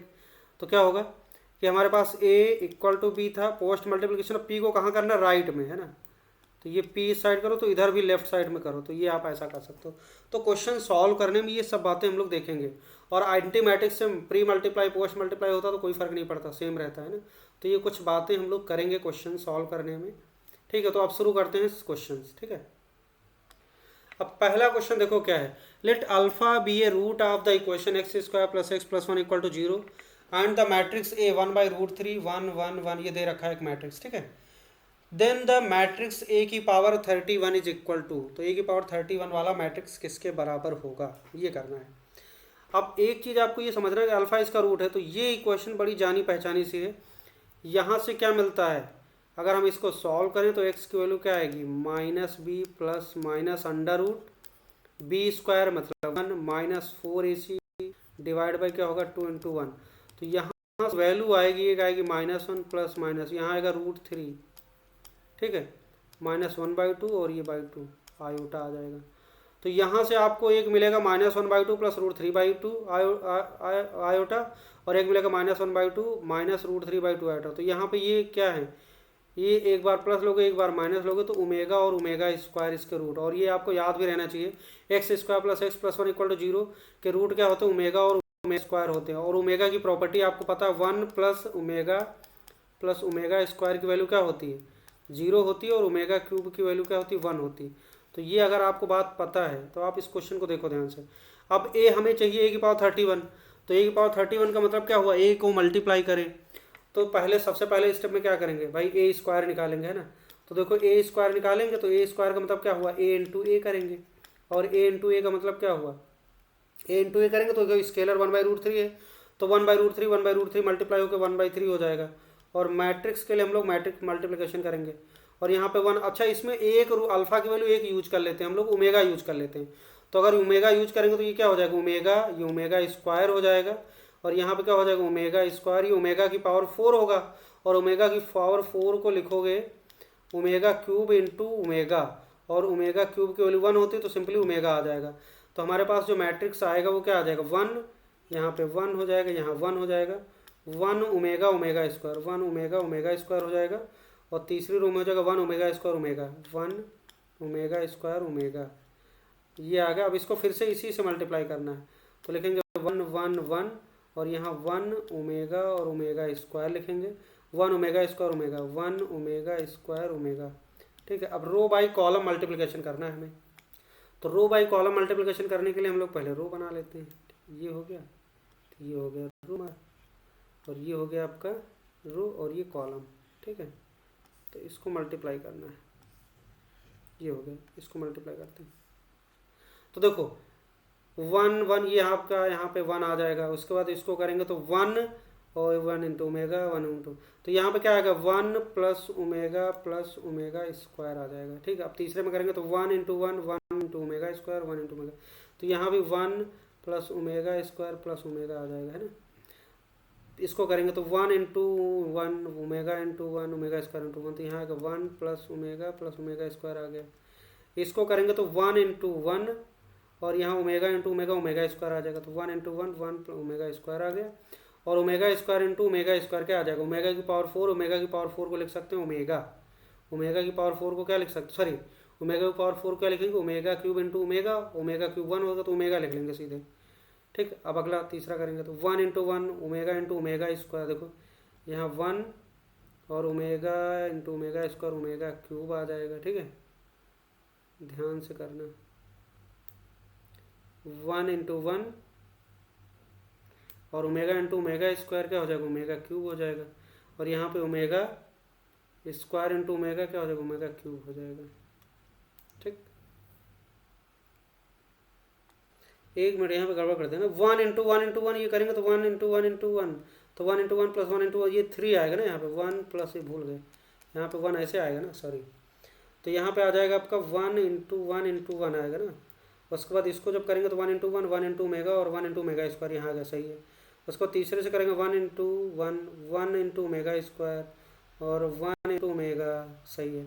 फिर दूसरी रो से करेंगे तो 1 प्लस, ठीक है, ये इस पे जाएगा 1 ओमेगा, और ये हो जाएगा 1 ओमेगा इंटू ओमेगा स्क्वायर हो जाएगा, और यहाँ पे क्या हो जाएगा, इसको इस पे करेंगे तो omega square into omega square, है ना, क्या हो जाएगा ओमेगा की पावर 4, ओमेगा की पावर 4 को ओमेगा लिख दिया, सही है। उसके बाद हम इसको तीसरे करेंगे 1 into 1 omega into omega square omega cube, omega square into omega क्या हो जाएगा ओमेगा क्यूब, ये हो गया। उसके बाद तीसरी रो को करो तो 1 into 1 omega square into 1 omega into 1, तो 1 plus omega square plus omega आ जाएगा, है ना। और इसको फिर करेंगे तो 1 into 1 omega square into omega, 1 into 1 omega square into omega क्या आ जाएगा ओमेगा क्यूब आएगा। और यहाँ पे 1 into sorry omega into square omega cube आएगा। मल्टीप्लिकेशन आपको अच्छे से आना चाहिए। तो 1 इंटू 1 हो जाएगा, यहाँ पे omega square into omega square omega की पावर ओमेगा की पावर 4 को ओमेगा लिख सकते हैं। उसको तो omega into omega omega square आ जाएगा, ये आ गया। अब देखो ध्यान से, इसको सही करो जरा, ठीक। तो यहाँ से क्या आएगा देखो 1 1 3 आ गया। यहाँ पे 1 प्लस ओमेगा स्क्वायर जीरो होता है, जीरो आ गया। यहाँ पे ये 1 प्लस ओमेगा स्क्वायर क्या होता है जीरो होता है, जीरो आ गया। 1 प्लस ओमेगा स्क्वायर क्या होगा जीरो आ जाएगा। 1 प्लस ओमेगा स्क्वायर क्या हो जाएगा जीरो आ जाएगा। ओमेगा क्यूब 1 तो 1 1 1 कितना हो जाएगा 3 आ जाएगा। यहाँ पे क्या आ जाएगा देखो 1, ये फिर से आ जाएगा जीरो। यहाँ पे ओमेगा क्यूब 1 1 1 3 आ जाएगा, और यहाँ पे क्या आ जाएगा फिर से जीरो आ जाएगा। तो ये कुछ आ गया है ना, देखो। तो यहाँ पे ए स्क्वायर की वैल्यू क्या आ गई 3 0 0, और बाहर क्या था 1/3 था ना, तो ये 1/3 लिख लेना है, भूल मत जाना। तो 1/3 तो रहेगा ही। अब इसको अगर 1/3 को अंदर ले जाएं तो क्या आएगा देखो, अंदर ले जाएं तो हर एक के लिए मल्टीप्लाई हो जाएगा। तो 1 0 0 और यहाँ 0 0 ये 1 हो गया, और यहाँ पे 0 1 0 0 1 0 आ गया, ये आ गया। क्लियर है। तो ए स्क्वायर की वैल्यू ये आ गई। अब एक काम करते हैं, हमें 31 पावर तक जाना, तो ए की पावर 4 निकाल लेते हैं। तो ए की पावर 4 अगर चाहिए आपको, तो ए स्क्वायर को क्या करो ए स्क्वायर से मल्टीप्लाई कर दो, ए स्क्वायर इंटू ए स्क्वायर कर दो। और ए स्क्वायर करने के लिए आपके पास ए स्क्वायर आ चुका है, देखो 1 0 0 1 0 0 0 0 1 0 0 1, और ये 0 1 0 0 1 0, ये आ गया, ठीक है। देखो तो ए की पावर 4 की वैल्यू करना है, तो हमने इसको फिर से 1 0 0 0 0 1 0 1 0, ठीक। इसको मल्टीप्लाई करो जरा, तो इसे मल्टीप्लाई करो फिर से रो बाई कॉलम, है ना, रो बना लेते हैं, और रो बन गई ये, और ये हो गया हमारा कॉलम, ठीक है। कॉलम करते हैं मल्टीप्लाई, तो देखो क्या आएगा 1 1 1 आ गया, और फिर 0 0 सब 1 आ गया यहाँ पे। उसके बाद इसको करेंगे 1 0 0 0 0 0 0 1 0, तो 0 आ गया यहाँ पे। तो इसको करेंगे तो 1 0 0 0 1 0 0 0 0, तो तीसरा 0 0 1 0 0 0 0 0, तो 0 आ गया। 0 0 हो गया, तो यहाँ पे 1 आएगा, ठीक है। 0 0 0 0 1 0 1 0 0 0 आएगा। 0 1 0 को करेंगे तो 1 0 0 1 0 0 आ गया यहाँ पे। और इसको करेंगे तो 0 से 0 हो गया, 1 0 0 हो गया, और क्या आ गया आपका 0 1 0 हो गया, है ना। अब इसको करो तो 0 0 1 1 1 आ गया, और 0 0 तो वहाँ पे 1 आ गया। और इसको आप ध्यान से देखो तो क्या आ गया, ये 1 डायगोनल पे 1 1 है, नॉन डायगोनल 0, तो ये तो आइडेंटिटी मैट्रिक्स आ गया कि नहीं आ गया। अब अगर ए की पावर 4 की वैल्यू आइडेंटिटी मैट्रिक्स है, तो आप यहाँ से देखो कंक्लूड कर सकते हो ए की पावर 8 क्या होगा, ए की पावर 8 हो जाएगा आपका ए की पावर 4 इंटू ए की पावर 4। तो आई स्क्वायर लिख सकते हैं, आई इंटू आई मतलब आई स्क्वायर लिख सकते हैं। आई स्क्वायर की वैल्यू क्या होती है, आई इंटू आई आई होता है। तो ए की पावर 8 की वैल्यू क्या आ गई, ए की पावर 8 की वैल्यू आ गई आई। तो ये बताओ ए की पावर 16 की वैल्यू क्या हो जाएगी, ए की पावर 8 इंटू 8 की पावर 8, तो क्या हो जाएगा फिर से आई ही आएगा। और ए की पावर 16 को जब हम क्या करेंगे, ए की पावर 16 और इंटू क्या करो ए की पावर 8, है ना, ए की पावर 16 इंटू ए की पावर 8 करो, तो कितना हो जाएगा आई इंटू आई। तो आई स्क्वायर मतलब आई ही आएगा सीधे। तो 16 8 कितना हो गया 24। तो ए की पावर 24 की वैल्यू क्या आ गई आई आ गई, है ना। हमें चाहिए कितना 31 पावर, तो ए की पावर क्या चाहिए 31 है ना। तो इसमें फिर से ए की पावर 4 कर लो, तो ए की पावर 24 आ चुका है, और इसके बाद ए की पावर 4 कर लो, तो ये क्या हो जाएगा आई। और ए की पावर 4 की वैल्यू क्या है देखो, ए की पावर 4 भी तो आई है ना, आई है, तो आई इंटू आई हो जाएगा। तो फिर से क्या आ गया ए की पावर 24 4 28, ए की पावर 28 कितना आ गया आई आ गया। अब हमें ए की पावर 31 चाहिए, तो ए की पावर 31 को लिख सकते हैं हम लोग, ए की पावर 31 को लिखोगे आप ए की पावर 28 इंटू ए क्यूब लिख सकते हैं कि नहीं। और ए की पावर 28 की वैल्यू क्या लिख सकते हैं आई इंटू ए क्यूब। तो सिंपली आई को किसी से मल्टीप्लाई करेंगे तो सेम आएगा, ए क्यूब आ गया। तो क्या आएगा आंसर, ए क्यूब आ गया। ओके, तो इसका चौथा ऑप्शन सही हो गया। आगे बढ़ते हैं। अगले क्वेश्चन में क्या देखो, लेट पी दे रखा है एक मैट्रिक्स और क्यू दे रखा है Q I J 3x3 matrix such that Q minus P की पावर 5 इज इक्वल टू आई 3, और आपको बताना है Q21 प्लस Q31 अपान Q32। तो देखो यहाँ से आप Q की वैल्यू निकाल सकते हो। Q की वैल्यू क्या लिखेंगे, P5 को राइट भेजो, P5 और प्लस I3।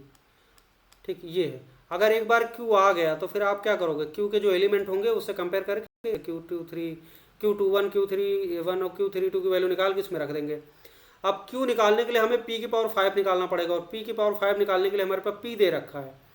अब P की पावर 5 डायरेक्ट निकलेगा नहीं, पहले P स्क्वायर निकालो, फिर है ना P की पावर 4 निकालो, फिर P से मल्टीप्लाई करो, इस तरीके से निकलेगा। तो हमारे पास P है तो पहले P स्क्वायर निकालते हैं। ठीक है, P स्क्वायर निकालने के लिए क्या करेंगे, P स्क्वायर को क्या करो, P इंटू पी कर देते हैं। तो P इंटू पी करेंगे तो देखो P आपके पास है, P क्या है 1 0 0 3 1 0 3 1 0, और ये हो जाएगा 9 3 1 9 3 1, और ये हो गया P, फिर से P लिखो ज़रा, तो ये हो जाएगा 1 0 0 3 1 0 3 1 0 हो जाएगा 9 3 1 9 3 1 हो गया।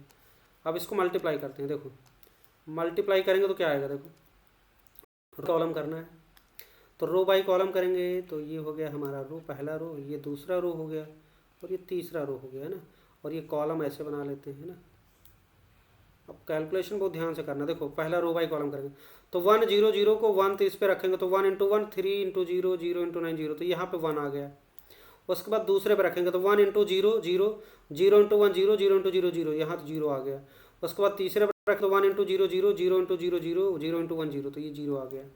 उसके बाद इस पे रखो दूसरी रो को, 3 इंटू 1 क्या आ जाएगा 3, इसको इधर कर लेते हैं, 3 इंटू 1 क्या हो जाएगा 3, और 1 इंटू क्या हो जाएगा 3, और उसके बाद फिर 0 इंटू 9 क्या हो जाएगा 0, तो यहाँ पे क्या आ गया 6 आ गया, है ना। यहाँ पे क्या आ गया हमारा 3 3 6 आ गया।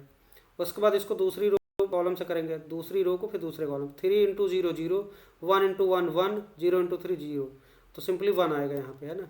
और उसके बाद तीसरे से करेंगे तो 3 इंटू 0 0 1 इंटू 0 0 0 इंटू 1 0, तो यहाँ से आ गया आपका 0। क्लियर।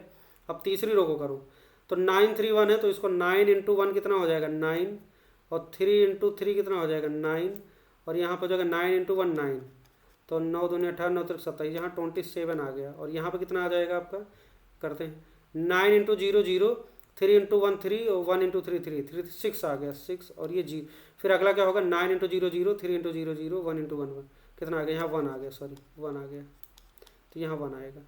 अब देखो आपको ए स्क्वायर की वैल्यू आ गई, सॉरी पी स्क्वायर की वैल्यू आ चुकी है। अब हमें चाहिए क्या पी पावर 5 तक चलना है, तो पी स्क्वायर आ चुका है। एक बार पी की पावर 4 निकाल लेते हैं, है ना। पी की पावर 4 निकालने का सबसे अच्छा जुगाड़ क्या है, इसी पी स्क्वायर को पी स्क्वायर से मल्टीप्लाई कर दो, है ना, तो जल्दी से निकल आएगा। तो यहाँ से देखो हमें चाहिए पी की पावर 4, तो पी की पावर 4 के लिए क्या करेंगे, पी स्क्वायर कर दो इसको, P square into P square. P square हमने निकाला है क्या है 1 0 0 6 1 0 6 1 0 हो गया, 27 6 1 27, और ये 6 1 हो गया। फिर से इसी को लिखना है, तो ये हो जाएगा आपको 1 0 0 6 1 0 और 27 6 1 27 6 1, ये आ गया। रो बाई कॉलम, तो रो बाई कॉलम करेंगे ना, तो ये रो बना लेते हैं, रो बाई कॉलम करना है। कैलकुलेशन ध्यान से करो, ये हो गया आपका रो बाई कॉलम। तो यहाँ से आ जाएगा आपका, देखो 1 इंटू 1 1 0, बाकी तो 0 1 आएगा यहाँ पे। उसके बाद दूसरा में रखें 1 इंटू 0 0 इंटू 1 और 6 इंटू 0, सब 0 हो गया। फिर इधर तीसरे में भी 1 0 0 आ जाएगा, ठीक। तो 6 इंटू 1 6 आ जाएगा, 1 इंटू 6 कितना हो जाएगा 6 आ जाएगा, 0 इंटू 27 0 आ जाएगा, तो कितना आएगा 12 आ गया यहाँ पे, है ना, 6 6 12, ठीक। उसके बाद फिर इसको दूसरे में रखेंगे तो 6 इंटू 0 0 1 इंटू 1 1 और 6 इंटू 0 0, तो यहाँ 1 आएगा। और उसके बाद फिर लास्ट में यहाँ 0 आ जा रहा है। उसके बाद इसको करते हैं 27 इंटू 1, तो इसको उधर लिख लें 27 इंटू 1 27, और 6 इंटू 6 कितना हो जाएगा, अच्छा 36 हो गया। और यहाँ पे 27 इंटू 1 27, है ना। तो देखो कितना आ रहा है 27 इंटू 1 27, तो यहाँ आ गया आपका 90, है ना, यहाँ पे 90 आ गया, ठीक। देखो ज़रा, इसके बाद इसको करेंगे तो 27 इंटू ज़ीरो क्या आ जाएगा, जीरो। 6 इंटू वन 6 आ गया, 1 इंटू 6 6 आ गया, 6 6 12 आ गया। और उसके बाद फिर लास्ट में ये जीरो क्या आ जाएगा, 1 इंटू वन 1 आएगा, बस इतना आएगा। तो हमें क्या मिला, ये मिल गया हमारा p की पावर 4 की वैल्यू, है ना। अब हमें चाहिए p की पावर 5 की वैल्यू, तो p की पावर 5 की वैल्यू कैसे निकलेगी, तो इसके लिए p की पावर 5 में क्या करते हैं, p से मल्टीप्लाई कर देते हैं, ठीक है। तो p की पावर 5 चाहिए, तो इसको लिखो p की पावर 4 इंटू पी कर दो। तो p की पावर 4 हमारे पास ऑलरेडी है, क्या है ये 1 0 0 12 1 0 90 और यहाँ पे 12 और यहाँ पे क्या है 1 है, और ये p लिख लो आप 1 0 0 3 1 0 3 1 0 9 3 1 9 3 1, ठीक है। अब देखो इसको मल्टीप्लाई करते हैं, तो यहाँ पे हमने मल्टीप्लाई कर लिया है ना, p की पावर 5 की वैल्यू हमने लिखा p की पावर 4 इंटू पी, और ये आ गया मल्टीप्लाई करके। अब p की पावर 5 आ चुका, हमें q चाहिए, तो q की वैल्यू क्या होगी, q की जो वैल्यू होगी p की पावर 5 प्लस i3, तो p की पावर 5 प्लस i3 कर देते हैं। तो इसमें p की पावर 5 प्लस i3, तो i3 का मतलब होता है ये, i3 का मतलब होता है 1 0 0 0 1 0 0 0 1। अब जब ऐड करेंगे तो क्या हो जाएगा, p की पावर 5 ये रखा हुआ है यहाँ पे, बस क्या करना है डायगोनल वाले एलिमेंट पे एक एक ऐड कर देना है बस। तो ये आ जाएगा आपका, देखो 1 2 आ जाएगा, ये 0 होगा, ये 0, यहाँ पे क्या होगा, यहाँ पे कोई चेंज नहीं होगा 15, यहाँ पे 1 2 हो जाएगा और यहाँ पे 0 रहेगा, और यहाँ पे 100 इस पे कोई चेंज नहीं होगा, और यहाँ पे कोई चेंज नहीं होगा, 1 पे 2 हो जाएगा, ये आ गया। क्लियर। अब हमें क्या चाहिए, ये वाला रिजल्ट चाहिए, तो कंपेयर करते हैं किससे, इससे Q11 Q12 Q13 Q21 Q22 Q23 और Q31 Q32 Q33। अब इससे करके आप इसकी वैल्यू लिख सकते हो, क्या चाहिए Q21, Q21 क्या है, देखो Q21 की वैल्यू दिख रही है इस जगह पे, Q21 15 है, तो Q21 की वैल्यू क्या है 15। उसके बाद Q31 चाहिए, Q31 क्या है, Q31 की 135 है, Q21 है 15, Q31 क्या है 135 है ना। Q31 की वैल्यू 135 है, और Q32 क्या है, Q32 ये दिख रहा है आपको, ये वाला मतलब ये वाला Q32, ये Q3 क्या था 1 था, और Q32 क्या है 15। अब इसमें रखना है बस, है ना। Q21 की वैल्यू है 15 और प्लस Q3 135 डिवाइड बाई कितना है Q32 15, तो ये देखो कितना आ रहा है 135 और प्लस 15 कितना हो जाएगा 35 5 40, तो 150 अपान 15 कट गया, तो कितना आया सीधे 10 आया। तो पहला ऑप्शन बैठा हुआ है ना, तो इस तरीके से इसका पहला ऑप्शन सही हो गया। आगे बढ़ते हैं, अगला सवाल देखते हैं। अगला क्वेश्चन देखो क्या, इफ ए दे रखा है, एक मैट्रिक्स दे रखा है 0 -1 1 0 है ना, 2 cross 2, then which of the following statements is not correct. तो इसमें से कौन सा स्टेटमेंट करेक्ट नहीं है, अब इसे हमें चेक करना पड़ेगा सब, है ना। तो इसके लिए तरीका क्या, देखो यहाँ पे आपको हाईएस्ट पावर ऑफ ए क्या दिख रहा है 2 दिख रहा है, 4 3 है ना, इसमें 4 तक दिख रहा है। तो हमें करना क्या होगा, ए स्क्वायर ए क्यूब ए की पावर 4 निकालना पड़ेगा, उसके बाद ही हम इसको वेरीफाई करेंगे, है ना। तो ए स्क्वायर निकाल लेते हैं पहले, तो ए स्क्वायर की वैल्यू निकालने के लिए क्या करेंगे, ए इंटू ए कर दो सीधे सीधे। तो ए इंटू ए करेंगे तो क्या हो जाएगा, देखो ए इंटू ए करना है, ए की वैल्यू का 0 कॉमा -1 और 1 कॉमा 0 है ना। दूसरा क्या है, फिर से एक 0 comma -1 1 comma 0, row by column multiply कर दो तो क्या आएगा, देखो ये रो बाई कॉलम करना है ये, तो 0 इंटू 0 -1 इंटू 1 कितना आ गया -1 आया। उसके बाद फिर 0 इंटू -1 0 हो जाएगा, -1 इंटू 0 0 आ गया। उसके बाद 1 इंटू 0 0 0 इंटू 1 क्या हो जाएगा 0, और 1 -1 आ जाएगा, और 0 इंटू 0 0 -1, ये आ गई। ए स्क्वायर की वैल्यू क्या आ गई, देखो ये आ गई। अब हम क्या करते हैं, ए स्क्वायर आ गए, ए क्यूब निकाल लेते हैं, ठीक है। ए क्यूब निकाल लेते हैं, ए की पावर 4 निकालें पहले, ए की पावर 4 निकाल लेते हैं। तो ए की पावर 4 के लिए ए स्क्वायर को इसी से मल्टीप्लाई कर दो, है ना। ए की पावर 4 निकालने के लिए ए स्क्वायर इंटू ए स्क्वायर कर दो, तो ये हो जाएगा आपका ए स्क्वायर मतलब -1 0 0 -1, और इसी को फिर से मल्टीप्लाई करो -1 0 0 -1, ये हो गया। और रो बाई कॉलम मल्टीप्लाई करना है, रो और कॉलम, ठीक है। तो देखो क्या आएगा, इसको क्या -1 इंटू -1 1 आ गया, 0 इंटू 0 0 1 आ गया, और यहाँ पे -1 इंटू 0 0 0 इंटू -1 0 आ गया, ये आएगा 0 इंटू -1 0 आ गया, और 0 इंटू 0 -1 इंटू -1 आ गया। और आप देख सकते हो ये A4 की वैल्यू क्या आ गई, A4 की वैल्यू आ गई, ये तो आइडेंटिटी मैट्रिक्स है ना। तो A4 की वैल्यू क्या आ गई, आई के बराबर आ गई, इसको याद रखना अभी, ठीक। ए क्यूब निकाल लेते हैं, ए स्क्वायर पता है, ए स्क्वायर हमारे पास ये है, ए क्यूब ए की पावर 4 पता है, ए क्यूब निकाल लेते हैं। तो ए क्यूब निकालने के लिए हम लोग क्या करते हैं, यहाँ पे ए क्यूब के लिए हम क्या करें, ए स्क्वायर इंटू ए कर देते हैं ना। तो ए स्क्वायर की वैल्यू हमारे पास क्या है, -1, ए स्क्वायर -1 0 0 -1, और इंटू ए क्या है हमारे पास 0 -1 1 0, है ना, ये ले लेते हैं। अब रो बाई कॉलम करो जरा, 0 ए स्क्वायर की वैल्यू 0 -1, ठीक है, ओके।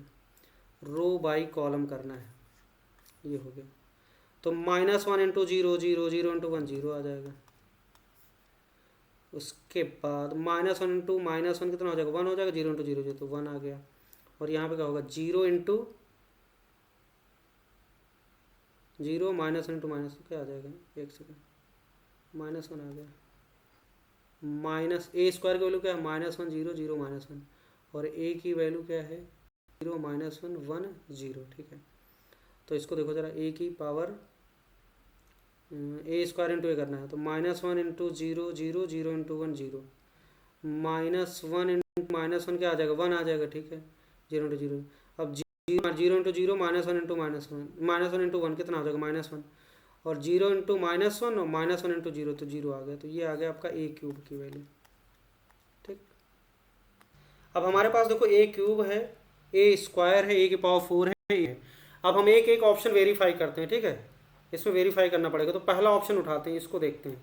तो इसमें क्या ए स्क्वायर प्लस आई है, तो ए स्क्वायर प्लस आई का मतलब क्या हुआ, ए स्क्वायर कहाँ, ये है, ए स्क्वायर प्लस आई को अगर हम ऐड करें, ए स्क्वायर को -1 0 0 -1, तो ए स्क्वायर और प्लस आई करो जरा, प्लस आई करेंगे तो 1 0 0 1, और इसका समेशन क्या आ रहा, ये हमने लेफ्ट साइड लेना है, अभी लेफ्ट साइड निकालें, देखें -1 प्लस 0 आ गया, ये 0 0 आ गया, यहाँ पे 0 इंटू 0 -1 इंटू 0, इधर नल मैट्रिक्स आ गया। अब इसको राइट साइड वाले को देखते हैं, तो इसको देखते हैं ये क्या है, तो इस वाले को देखो जरा, ये यहाँ पे इसको ए को अंदर मल्टीप्लाई करो तो ए क्यूब आ जाएगा, ए क्यूब माइनस ए इंटू आई क्या हो जाएगा, ए हो जाएगा। अच्छा ए क्यूब की वैल्यू क्या है, देखो ये क्यूब निकाला 0 1, तो 0 1 -1 0 है ना, और ए क्यूब माइनस ए करना है, ए क्या है हमारे पास 0 -1 1 0 1 0।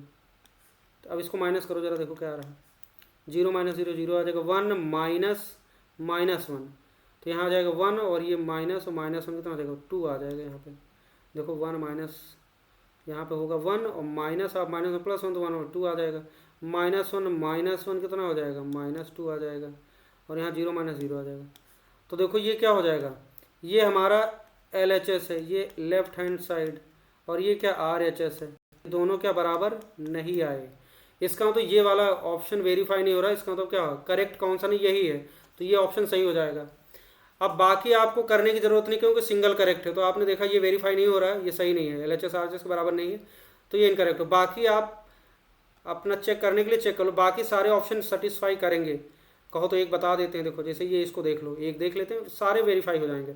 ए की पावर 4 का मतलब क्या हुआ, देखो आई है, तो यहाँ पे आपको दिख रहा है ए की पावर 4 मतलब आई, तो आई माइनस आई क्या हो जाएगा, नल मैट्रिक्स आएगा। और इधर देखो ए स्क्वायर प्लस आई, तो ए स्क्वायर प्लस आई की वैल्यू निकाला हमने, देखो ए स्क्वायर प्लस आई की वैल्यू क्या आई, नल आई कि नहीं आई, तो ये चीज़ हमने निकाला, नल आया। देखो ओ इक्वल टू ओ आ गया, आई माइनस आई इक्वल टू ओ, और ये ओ सेटिस्फाई होगा, बाकी सब करेगा, ठीक है। तो इसका पहला ऑप्शन वेरीफाई मतलब इक्वल नहीं है, सही नहीं है रहा, तो इसका पहला ऑप्शन सही हो जाएगा।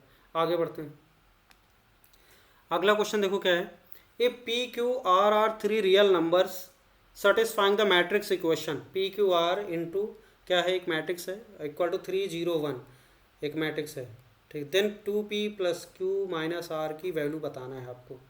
तो इसे देखो कैसे सॉल्व करेंगे। सबसे पहले क्या करेंगे, इसको मल्टीप्लाई कर देते हैं, लेफ्ट साइड को मल्टीप्लाई करो आपस में, तो रो बाई कॉलम मल्टीप्लिकेशन करेंगे, ठीक, मल्टीप्लाई करेंगे।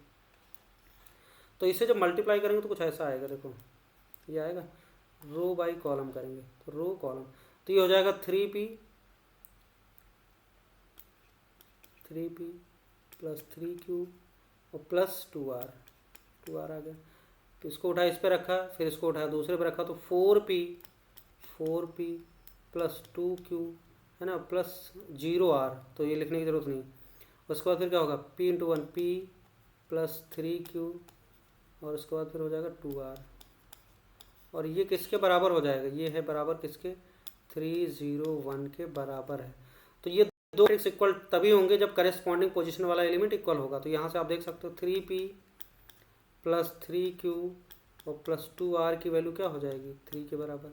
दूसरा 4p प्लस 2q की वैल्यू किसके बराबर आ जाएगी, 0 के बराबर आ जाएगी, है ना, 4p प्लस 2q। और तीसरी क्वेश्चन क्या होगी, p प्लस 3q और प्लस 2r की वैल्यू क्या आ जाएगी, 1 के बराबर। अब हमारे पास 3 इक्वेशन है यहाँ पर, है ना, ये 3 इक्वेशन है। तीनों इक्वेशन को सॉल्व करके पी क्यू आर की वैल्यू निकाल लो, और फिर हमें चाहिए क्या, 2p plus Q minus R की वैल्यू चाहिए, इसमें रख देंगे। अब इक्वेशन सॉल्व करना है, ठीक, देखो कैसे सॉल्व करते हैं। यहाँ पे हम क्या करते हैं, पहली से तीसरी को माइनस कर दो, 1 माइनस 3 कर दो, 1 माइनस 3 करो तो क्या आएगा, देखो 1 से माइनस 3 करेंगे तो 3p प्लस 3q और प्लस 2r इक्वल टू 3 है। और तीसरी क्वेश्चन क्या है, p plus 3q plus 2r equal to क्या है, 1 है। माइनस कर दो, माइनस माइनस माइनस माइनस, देखो 3q से ये उड़ गया, ये उड़ गया, 3 माइनस 1 क्या बचा, 2 बचा, और इधर 3p माइनस p क्या बचा, 2p बचा। तो p की वैल्यू सीधे 1 आ गई। और जैसे p की वैल्यू 1 आई तो यहाँ से देखो ध्यान से, p की वैल्यू 1 डालो तो 4 into 1 plus 2q equal to 0 है। तो यहाँ से q की वैल्यू क्या आ गई, q की वैल्यू आ गई -4 अपान -4/2, तो आ गया -2। तो p की वैल्यू 1 आ गई, q की वैल्यू -2 आ गई, q की वैल्यू क्या आ गई, -2 आ गई, ठीक। p की वैल्यू 1 आ गई, q की वैल्यू 2 आ गई। अब इसमें किसी में भी रख दो, जैसे ये है दूसरी, क्या चाहिए हमें, p क्यू आ गया, r चाहिए, तो इसी तीसरी क्वेश्चन में डाल देते हैं। देखो p की जगह -1 डाल दिया, p की जगह 1 डाल दिया सॉरी, और q की जगह -2 डाला, तो 3 इंटू -2 कितना हो जाएगा, 3 -6 आ गया, और प्लस 2r इक्वल टू 1 आया। तो यहाँ से 1 से 1 उड़ गया सीधे, तो 2r की वैल्यू 6 आ गई, तो r की वैल्यू क्या आ जाएगी, 3 आ गई, r की वैल्यू 3 आ गई। अब p क्यू r पता है, तो p पता है 1, q पता -2, r पता 3, इसमें डाल दो। 2p की वैल्यू क्या है, 1 है, प्लस q की वैल्यू क्या है, -2 है, और माइनस r की वैल्यू क्या है, 3 है। तो यहाँ से 2 -2 -3, 2 से -2 उड़ गया, तो क्या बचा, -3। तो -3 आएगा, पहला ऑप्शन इसका करेक्ट हो गया। ओके, आगे बढ़ते हैं, अगला सवाल देखते हैं।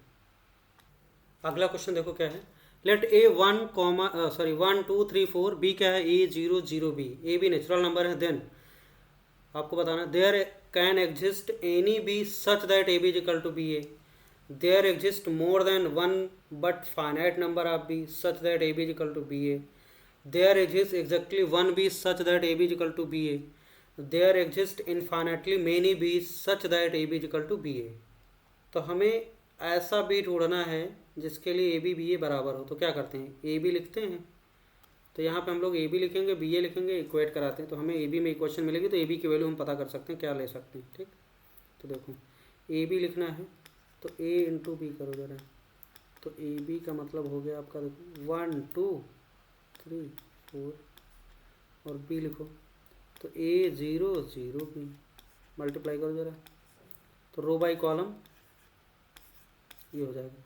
तो 1 इंटू ए और 2 इंटू 0, तो सिंपली a बचा। यहाँ पे 1 इंटू 0 और 2 इंटू बी, तो क्या आ जाएगा, 2b आ गया। उसके बाद फिर इसको करेंगे 3 इंटू ए और 4 इंटू 0, तो 3 आ गया, है ना। और उसके बाद फिर क्या आ गया, 3 इंटू 0 4 इंटू बी, तो 4b आ गया। तो ये आ गया आपका a 2b 3a 4b। a भी निकाला, बी ए निकालते हैं ज़रा। तो अगर बी ए निकालेंगे तो क्या हो जाएगा, बी ए पहले b लिखो, तो b हमारा क्या हो जाएगा, a 0 0 b, है ना। और उसके बाद फिर a लिखेंगे, तो 1 2 3 4, ये हो गया। अब यहाँ पे देखो ज़रा, रो बाई कॉलम करना है ये, तो a इंटू 1 0 इंटू 3, तो a आएगा सिंपली, a इंटू 2 तो 2a आ जाएगा, है ना। और क्या हो जाएगा, a इंटू 2 और 0 इंटू 4 0 ही रहेगा, कोई मतलब नहीं। 0 इंटू 1 प्लस b इंटू 3, तो 3b आ जाएगा, है ना। और उसके बाद फिर क्या होगा, 0 × 1 हो गया, 3b, और 0 × 2 और b 4b, 4b। अब कहा गया कि ए बी बी ए बराबर होना है।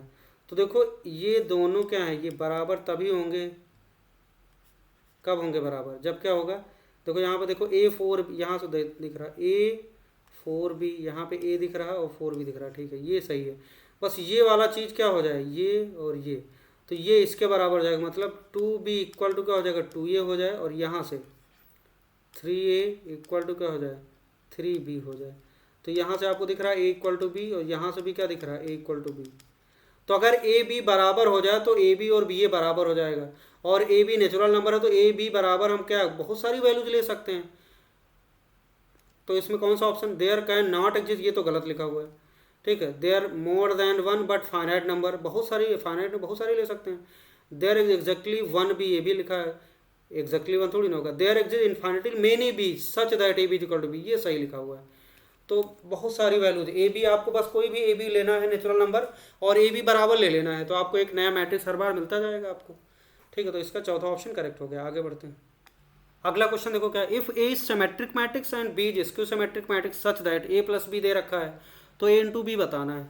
अब देखो यहाँ पे सिमेट्रिक दे रखा है ना, ए सिमेट्रिक है तो आपको ये पता है कि ए ट्रांसपोज की वैल्यू क्या हो जाएगी, ए के बराबर होगी, और बी स्क्यू सिमेट्रिक है तो इसका मतलब बी ट्रांसपोज की वैल्यू क्या हो जाएगी, माइनस बी के बराबर हो जाएगी, ये तो बात पता है।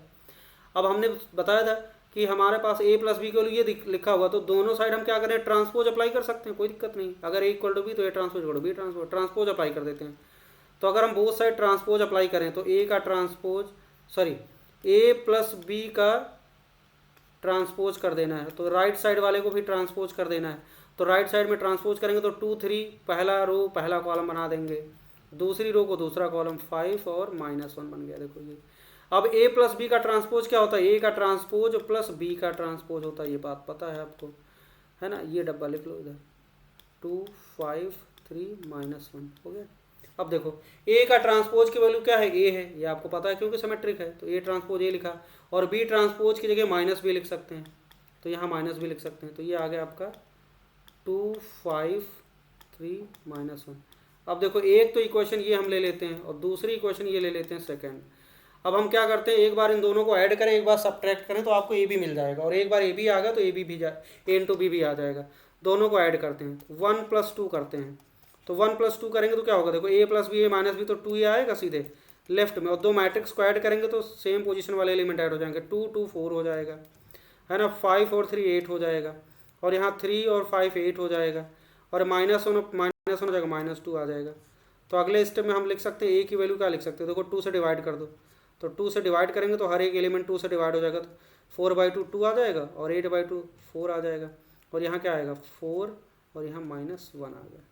देखो ए मिल गया आपको। ऐसे बी निकालना तो क्या करो, 1 - 2 कर दो, तो 1 - 2 करेंगे तो क्या आ जाएगा, 1 - 2 करेंगे तो माइनस ए और माइनस माइनस प्लस बी हो जाएगा, तो ए कट जाएगा तो 2b, तो 2b की वैल्यू आ जाएगी आपकी, ये हो जाएगा 4 8, एक सेकेंड, ए माइनस बी माइनस किया ना, तो 2 3 सॉरी 2, एक मिनट, तो माइनस किया तो आ गया, उधर इसको माइनस करना है तो इसको पहले लिख लेते हैं, 2 3 5 -1 5 -1, और दूसरा माइनस करना है किसको, इस वाले को, 2 5 3 -1 3 -1। अब इसका डिफरेंस देखो कितना आ रहा है, तो आ जाएगा 2 - 2 0 आ जाएगा, और यहाँ 3 - 5 कितना आ जाएगा, 3 - 2 आ जाएगा, और यहाँ आ जाएगा 5 - 3 कितना आ जाएगा, 2 आ जाएगा, -1 माइनस ऑफ -1 मतलब +1, तो 0 आ जाएगा, तो ये आ गया, ठीक है, -1 -0 आ गया।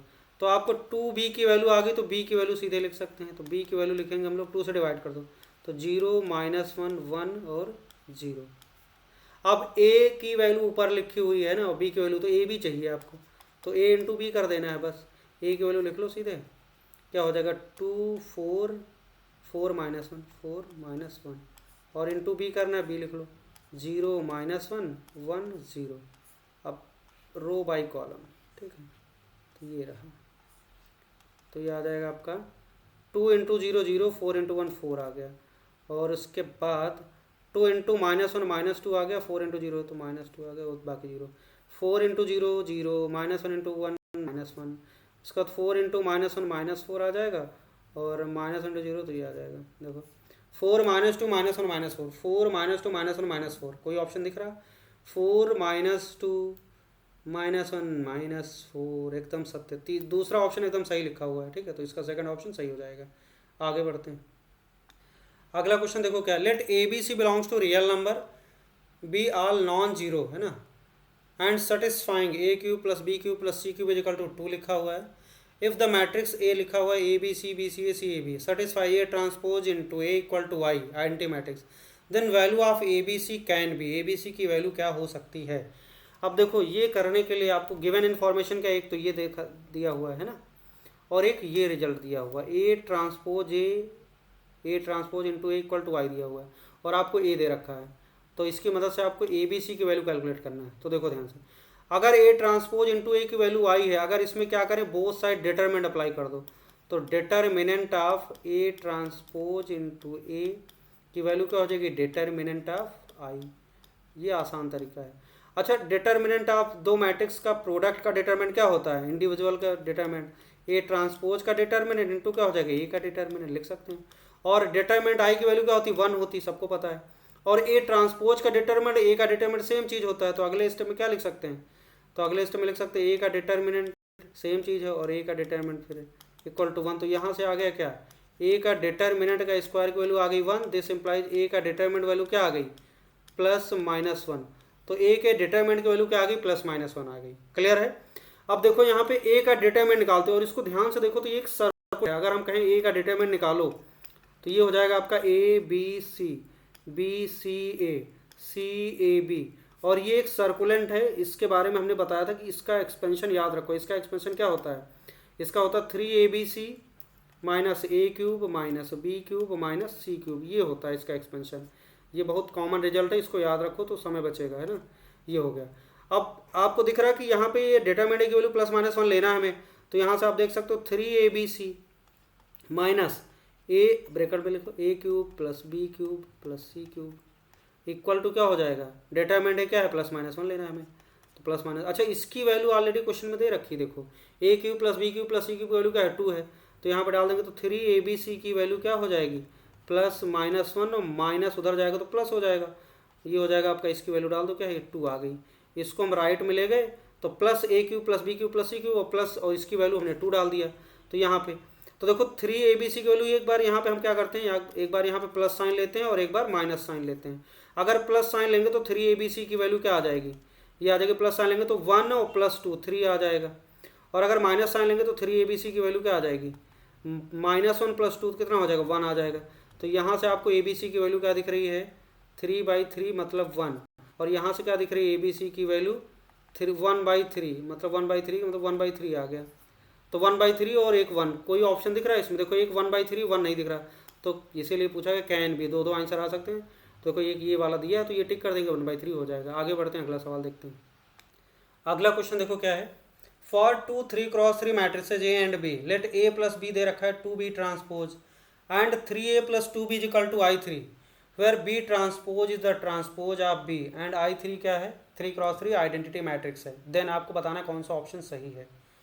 तो हमें ए बी और आई में रिलेशन इस्टेब्लिश करना है ना।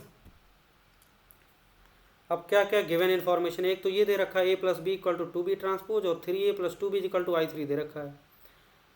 अब हमें इसी की मदद से इसमें से ऑप्शन ढूंढना है कौन सा होगा। तो एक बार हम a और b की वैल्यू निकाल लें आई के फॉर्म में, है ना, a b की वैल्यू अगर आई के फॉर्म में निकाल लें, इन दोनों इक्वेशन की मदद से हम a b की वैल्यू निकाल लें, फिर इसमें वेरीफाई कराते हैं, जो वेरीफाई कर जाएगा वो हो जाएगा। और ए बी की वैल्यू निकालने के लिए हमारे पास दो इक्वेशन दे रखी है, a + b की वैल्यू 2b ट्रांसपोज और 3a + 2b की वैल्यू I3 है। ठीक है, अगर और इक्वेशन चाहिए तो हम उसकी मदद बोथ साइड हम ट्रांसपोज अप्लाई कर दें तो और इक्वेशन क्रिएट हो जाएंगी। तो देखो एक तो इक्वेशन ये दिख रही है और एक ये दिख रही है आपको, है ना, एक ये दिख रही है और दूसरी इक्वेशन ये दिख रही है, 3a + b की वैल्यू I3 है। यहाँ से अगर हम और इक्वेशन निकालना चाहें तो दोनों साइड क्या करें, ट्रांसपोज अप्लाई कर दें, तो a + b का ट्रांसपोज कर दो इक्वल टू क्या हो जाएगा, 2b का ट्रांसपोज और इसका ट्रांसपोज कर दो। तो अगले स्टेप में क्या हो जाएगा, देखो a का ट्रांसपोज और प्लस क्या हो जाएगा, b का ट्रांसपोज इक्वल टू क्या हो जाएगा, 2b का ट्रांसपोज फिर से ट्रांसपोज करेंगे तो सिंपली b आ जाएगा। तो एक इक्वेशन ये हो गई, इसका नाम रख देते तीसरी इक्वेशन। ये पहली इक्वेशन है, ये दूसरी इक्वेशन है, और इसका नाम रख देते तीसरी इक्वेशन। क्लियर। अब इस तीसरी इक्वेशन में देखो यहाँ पे हमें बी ट्रांसपोज, हम क्या करते हैं इसको 2 से मल्टीप्लाई कर देते हैं, तो 2a का ट्रांसपोज और प्लस 2b का ट्रांसपोज इक्वल टू क्या हो जाएगा 4b। हमने 2 से मल्टीप्लाई कर दिया, 2a का ट्रांसपोज प्लस 2b का transpose plus equal to 4b। अब 2b का ट्रांसपोज पहली क्वेश्चन से क्या रख दो, a प्लस b रख दो, तो 2a का ट्रांसपोज और प्लस 2b ट्रांसपोज की जगह रख सकते हैं a प्लस बी, तो a plus B equal to 4b। तो यहाँ से आपको देखो एक चीज़ मिल गई, 2a का ट्रांसपोज है ना, 2a का ट्रांसपोज और प्लस a, इसकी वैल्यू किसके बराबर आ गई 4b माइनस बी, मतलब 3b के बराबर आ गई है ना। एक रिजल्ट यहाँ से ये मिल गया। अब यहाँ से 2a ट्रांसपोज प्लस यहाँ से आप देखो ध्यान से, तो ये क्या आ गया 2a का ट्रांसपोज क्या आ गया 3b माइनस क्या आ गया 3b माइनस ये है ना, तो 2a का ट्रांसपोज की वैल्यू क्या आ गई 3b माइनस a आ गई है ना। तो ये रिजल्ट अभी रख लेते हैं, इसको आगे यूज करेंगे। अब एक जो दूसरी इक्वेशन, इसमें हम क्या करते हैं ट्रांसपोज अप्लाई कर देते हैं। तो देखो 3a प्लस क्या हो जाएगा 2b इक्वल टू क्या है i3 है। अब इसमें ट्रांसपोज अप्लाई कर दो, बोथ साइड कर सकते हैं, मैं बता चुका हूँ। इसका ट्रांसपोज करेंगे तो i का ट्रांसपोज i ही रहता है, तो यहाँ पे हो जाएगा 3a का ट्रांसपोज और प्लस क्या हो जाएगा 2b का ट्रांसपोज, और i3 का ट्रांसपोज i3 ही होगा। क्लियर है। अब यहाँ से आपको देखो एक रिजल्ट और मिलेगा, देखो यहाँ पे 3a का ट्रांसपोज है, तो यहाँ पे आप इसकी वैल्यू यूज करो, ठीक है। यहाँ पे 3 और a का ट्रांसपोज इस वाले से निकाल लो, इस वाले से, तो लिख सकते हैं 3b माइनस a अपान 2। तो यहाँ के a का ट्रांसपोज की वैल्यू क्या लिख सकते हैं 3b माइनस a अपान 2 लिख सकते हैं। तो यहाँ पे लिखेंगे 3b माइनस a अपान क्या होगा 2, ये हो गया, और प्लस 2b का ट्रांसपोज यहाँ से लिखो, तो 2b का ट्रांसपोज क्या होगा a प्लस बी आ जाएगा, तो a plus B equal to i3। Clear है। अब देखो ध्यान से, इसको सही करते हैं, तो ये हो जाएगा 3 त्रिक का कितना हो जाएगा ये 9 है ना, 9b हो जाएगा, और ये माइनस 3a हो जाएगा, और इसको इधर भेजो तो 2a प्लस 2b और ये क्या हो जाएगा 2i3। क्लियर है।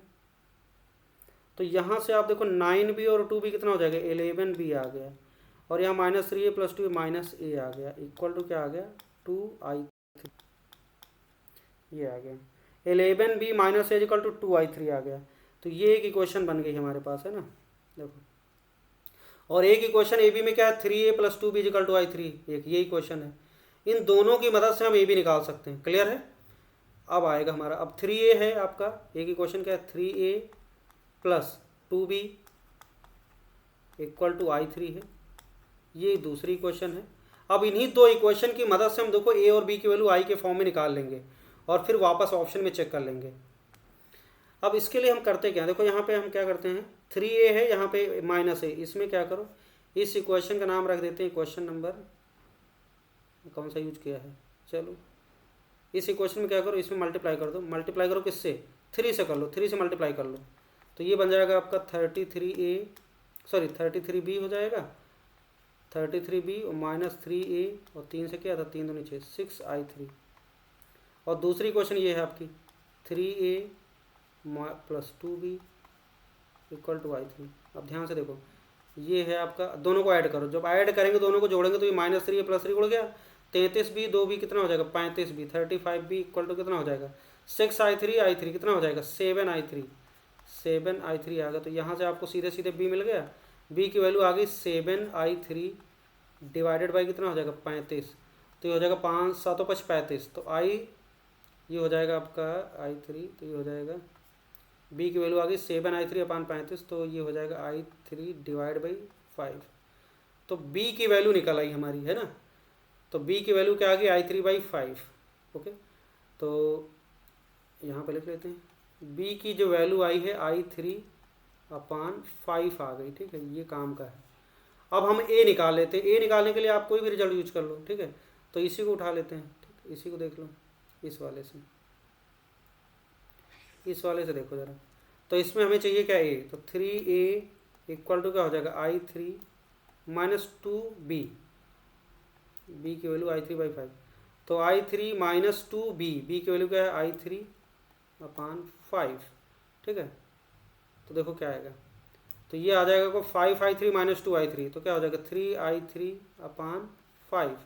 तो ए की वैल्यू क्या आ गई, दिस इंप्लाइज ए की वैल्यू आ गई 3i/5 इंटू 3, तो 3 उड़ गया तो i3/5 आ गया। अच्छा ए की वैल्यू भी क्या आ गई, ए की वैल्यू भी सेम आ गई i3/5, तो ये हमारा ए आ गया। अब हमें क्या ए की वैल्यू पता है, बी की वैल्यू पता है, ऑप्शन चेक कर लेते हैं, ठीक है। तो ऑप्शन चेक करोगे तो आप क्या इसमें देखो किसी ऑप्शन, जैसे हम सेकंड ऑप्शन में रख के देखते हैं, तो यहाँ पे दिख रहा है आपको, देखो 10a, तो a की वैल्यू i3/5 डालेंगे तो यहाँ पे आएगा 10 इंटू i3/5 डालो, और यहाँ 5 और b की वैल्यू i3/5 डालो, i3/5, तो 5 से 5 कट गया, और ये 5 दूनी 10 हो गया, तो 2i3 प्लस i3 कितना हो जाएगा, 5 से 12, 3i3 मेंटेन है। इसका मतलब दूसरा ऑप्शन करेक्ट हो गया, बाकी आप देख लो वेरीफाई नहीं करेगा, सिंगल करेक्ट है तो ये वाला सही हो गया। ओके, चेक कर लोगे, कोई दिक्कत नहीं। आगे बढ़ते हैं, अगला सवाल देखते हैं।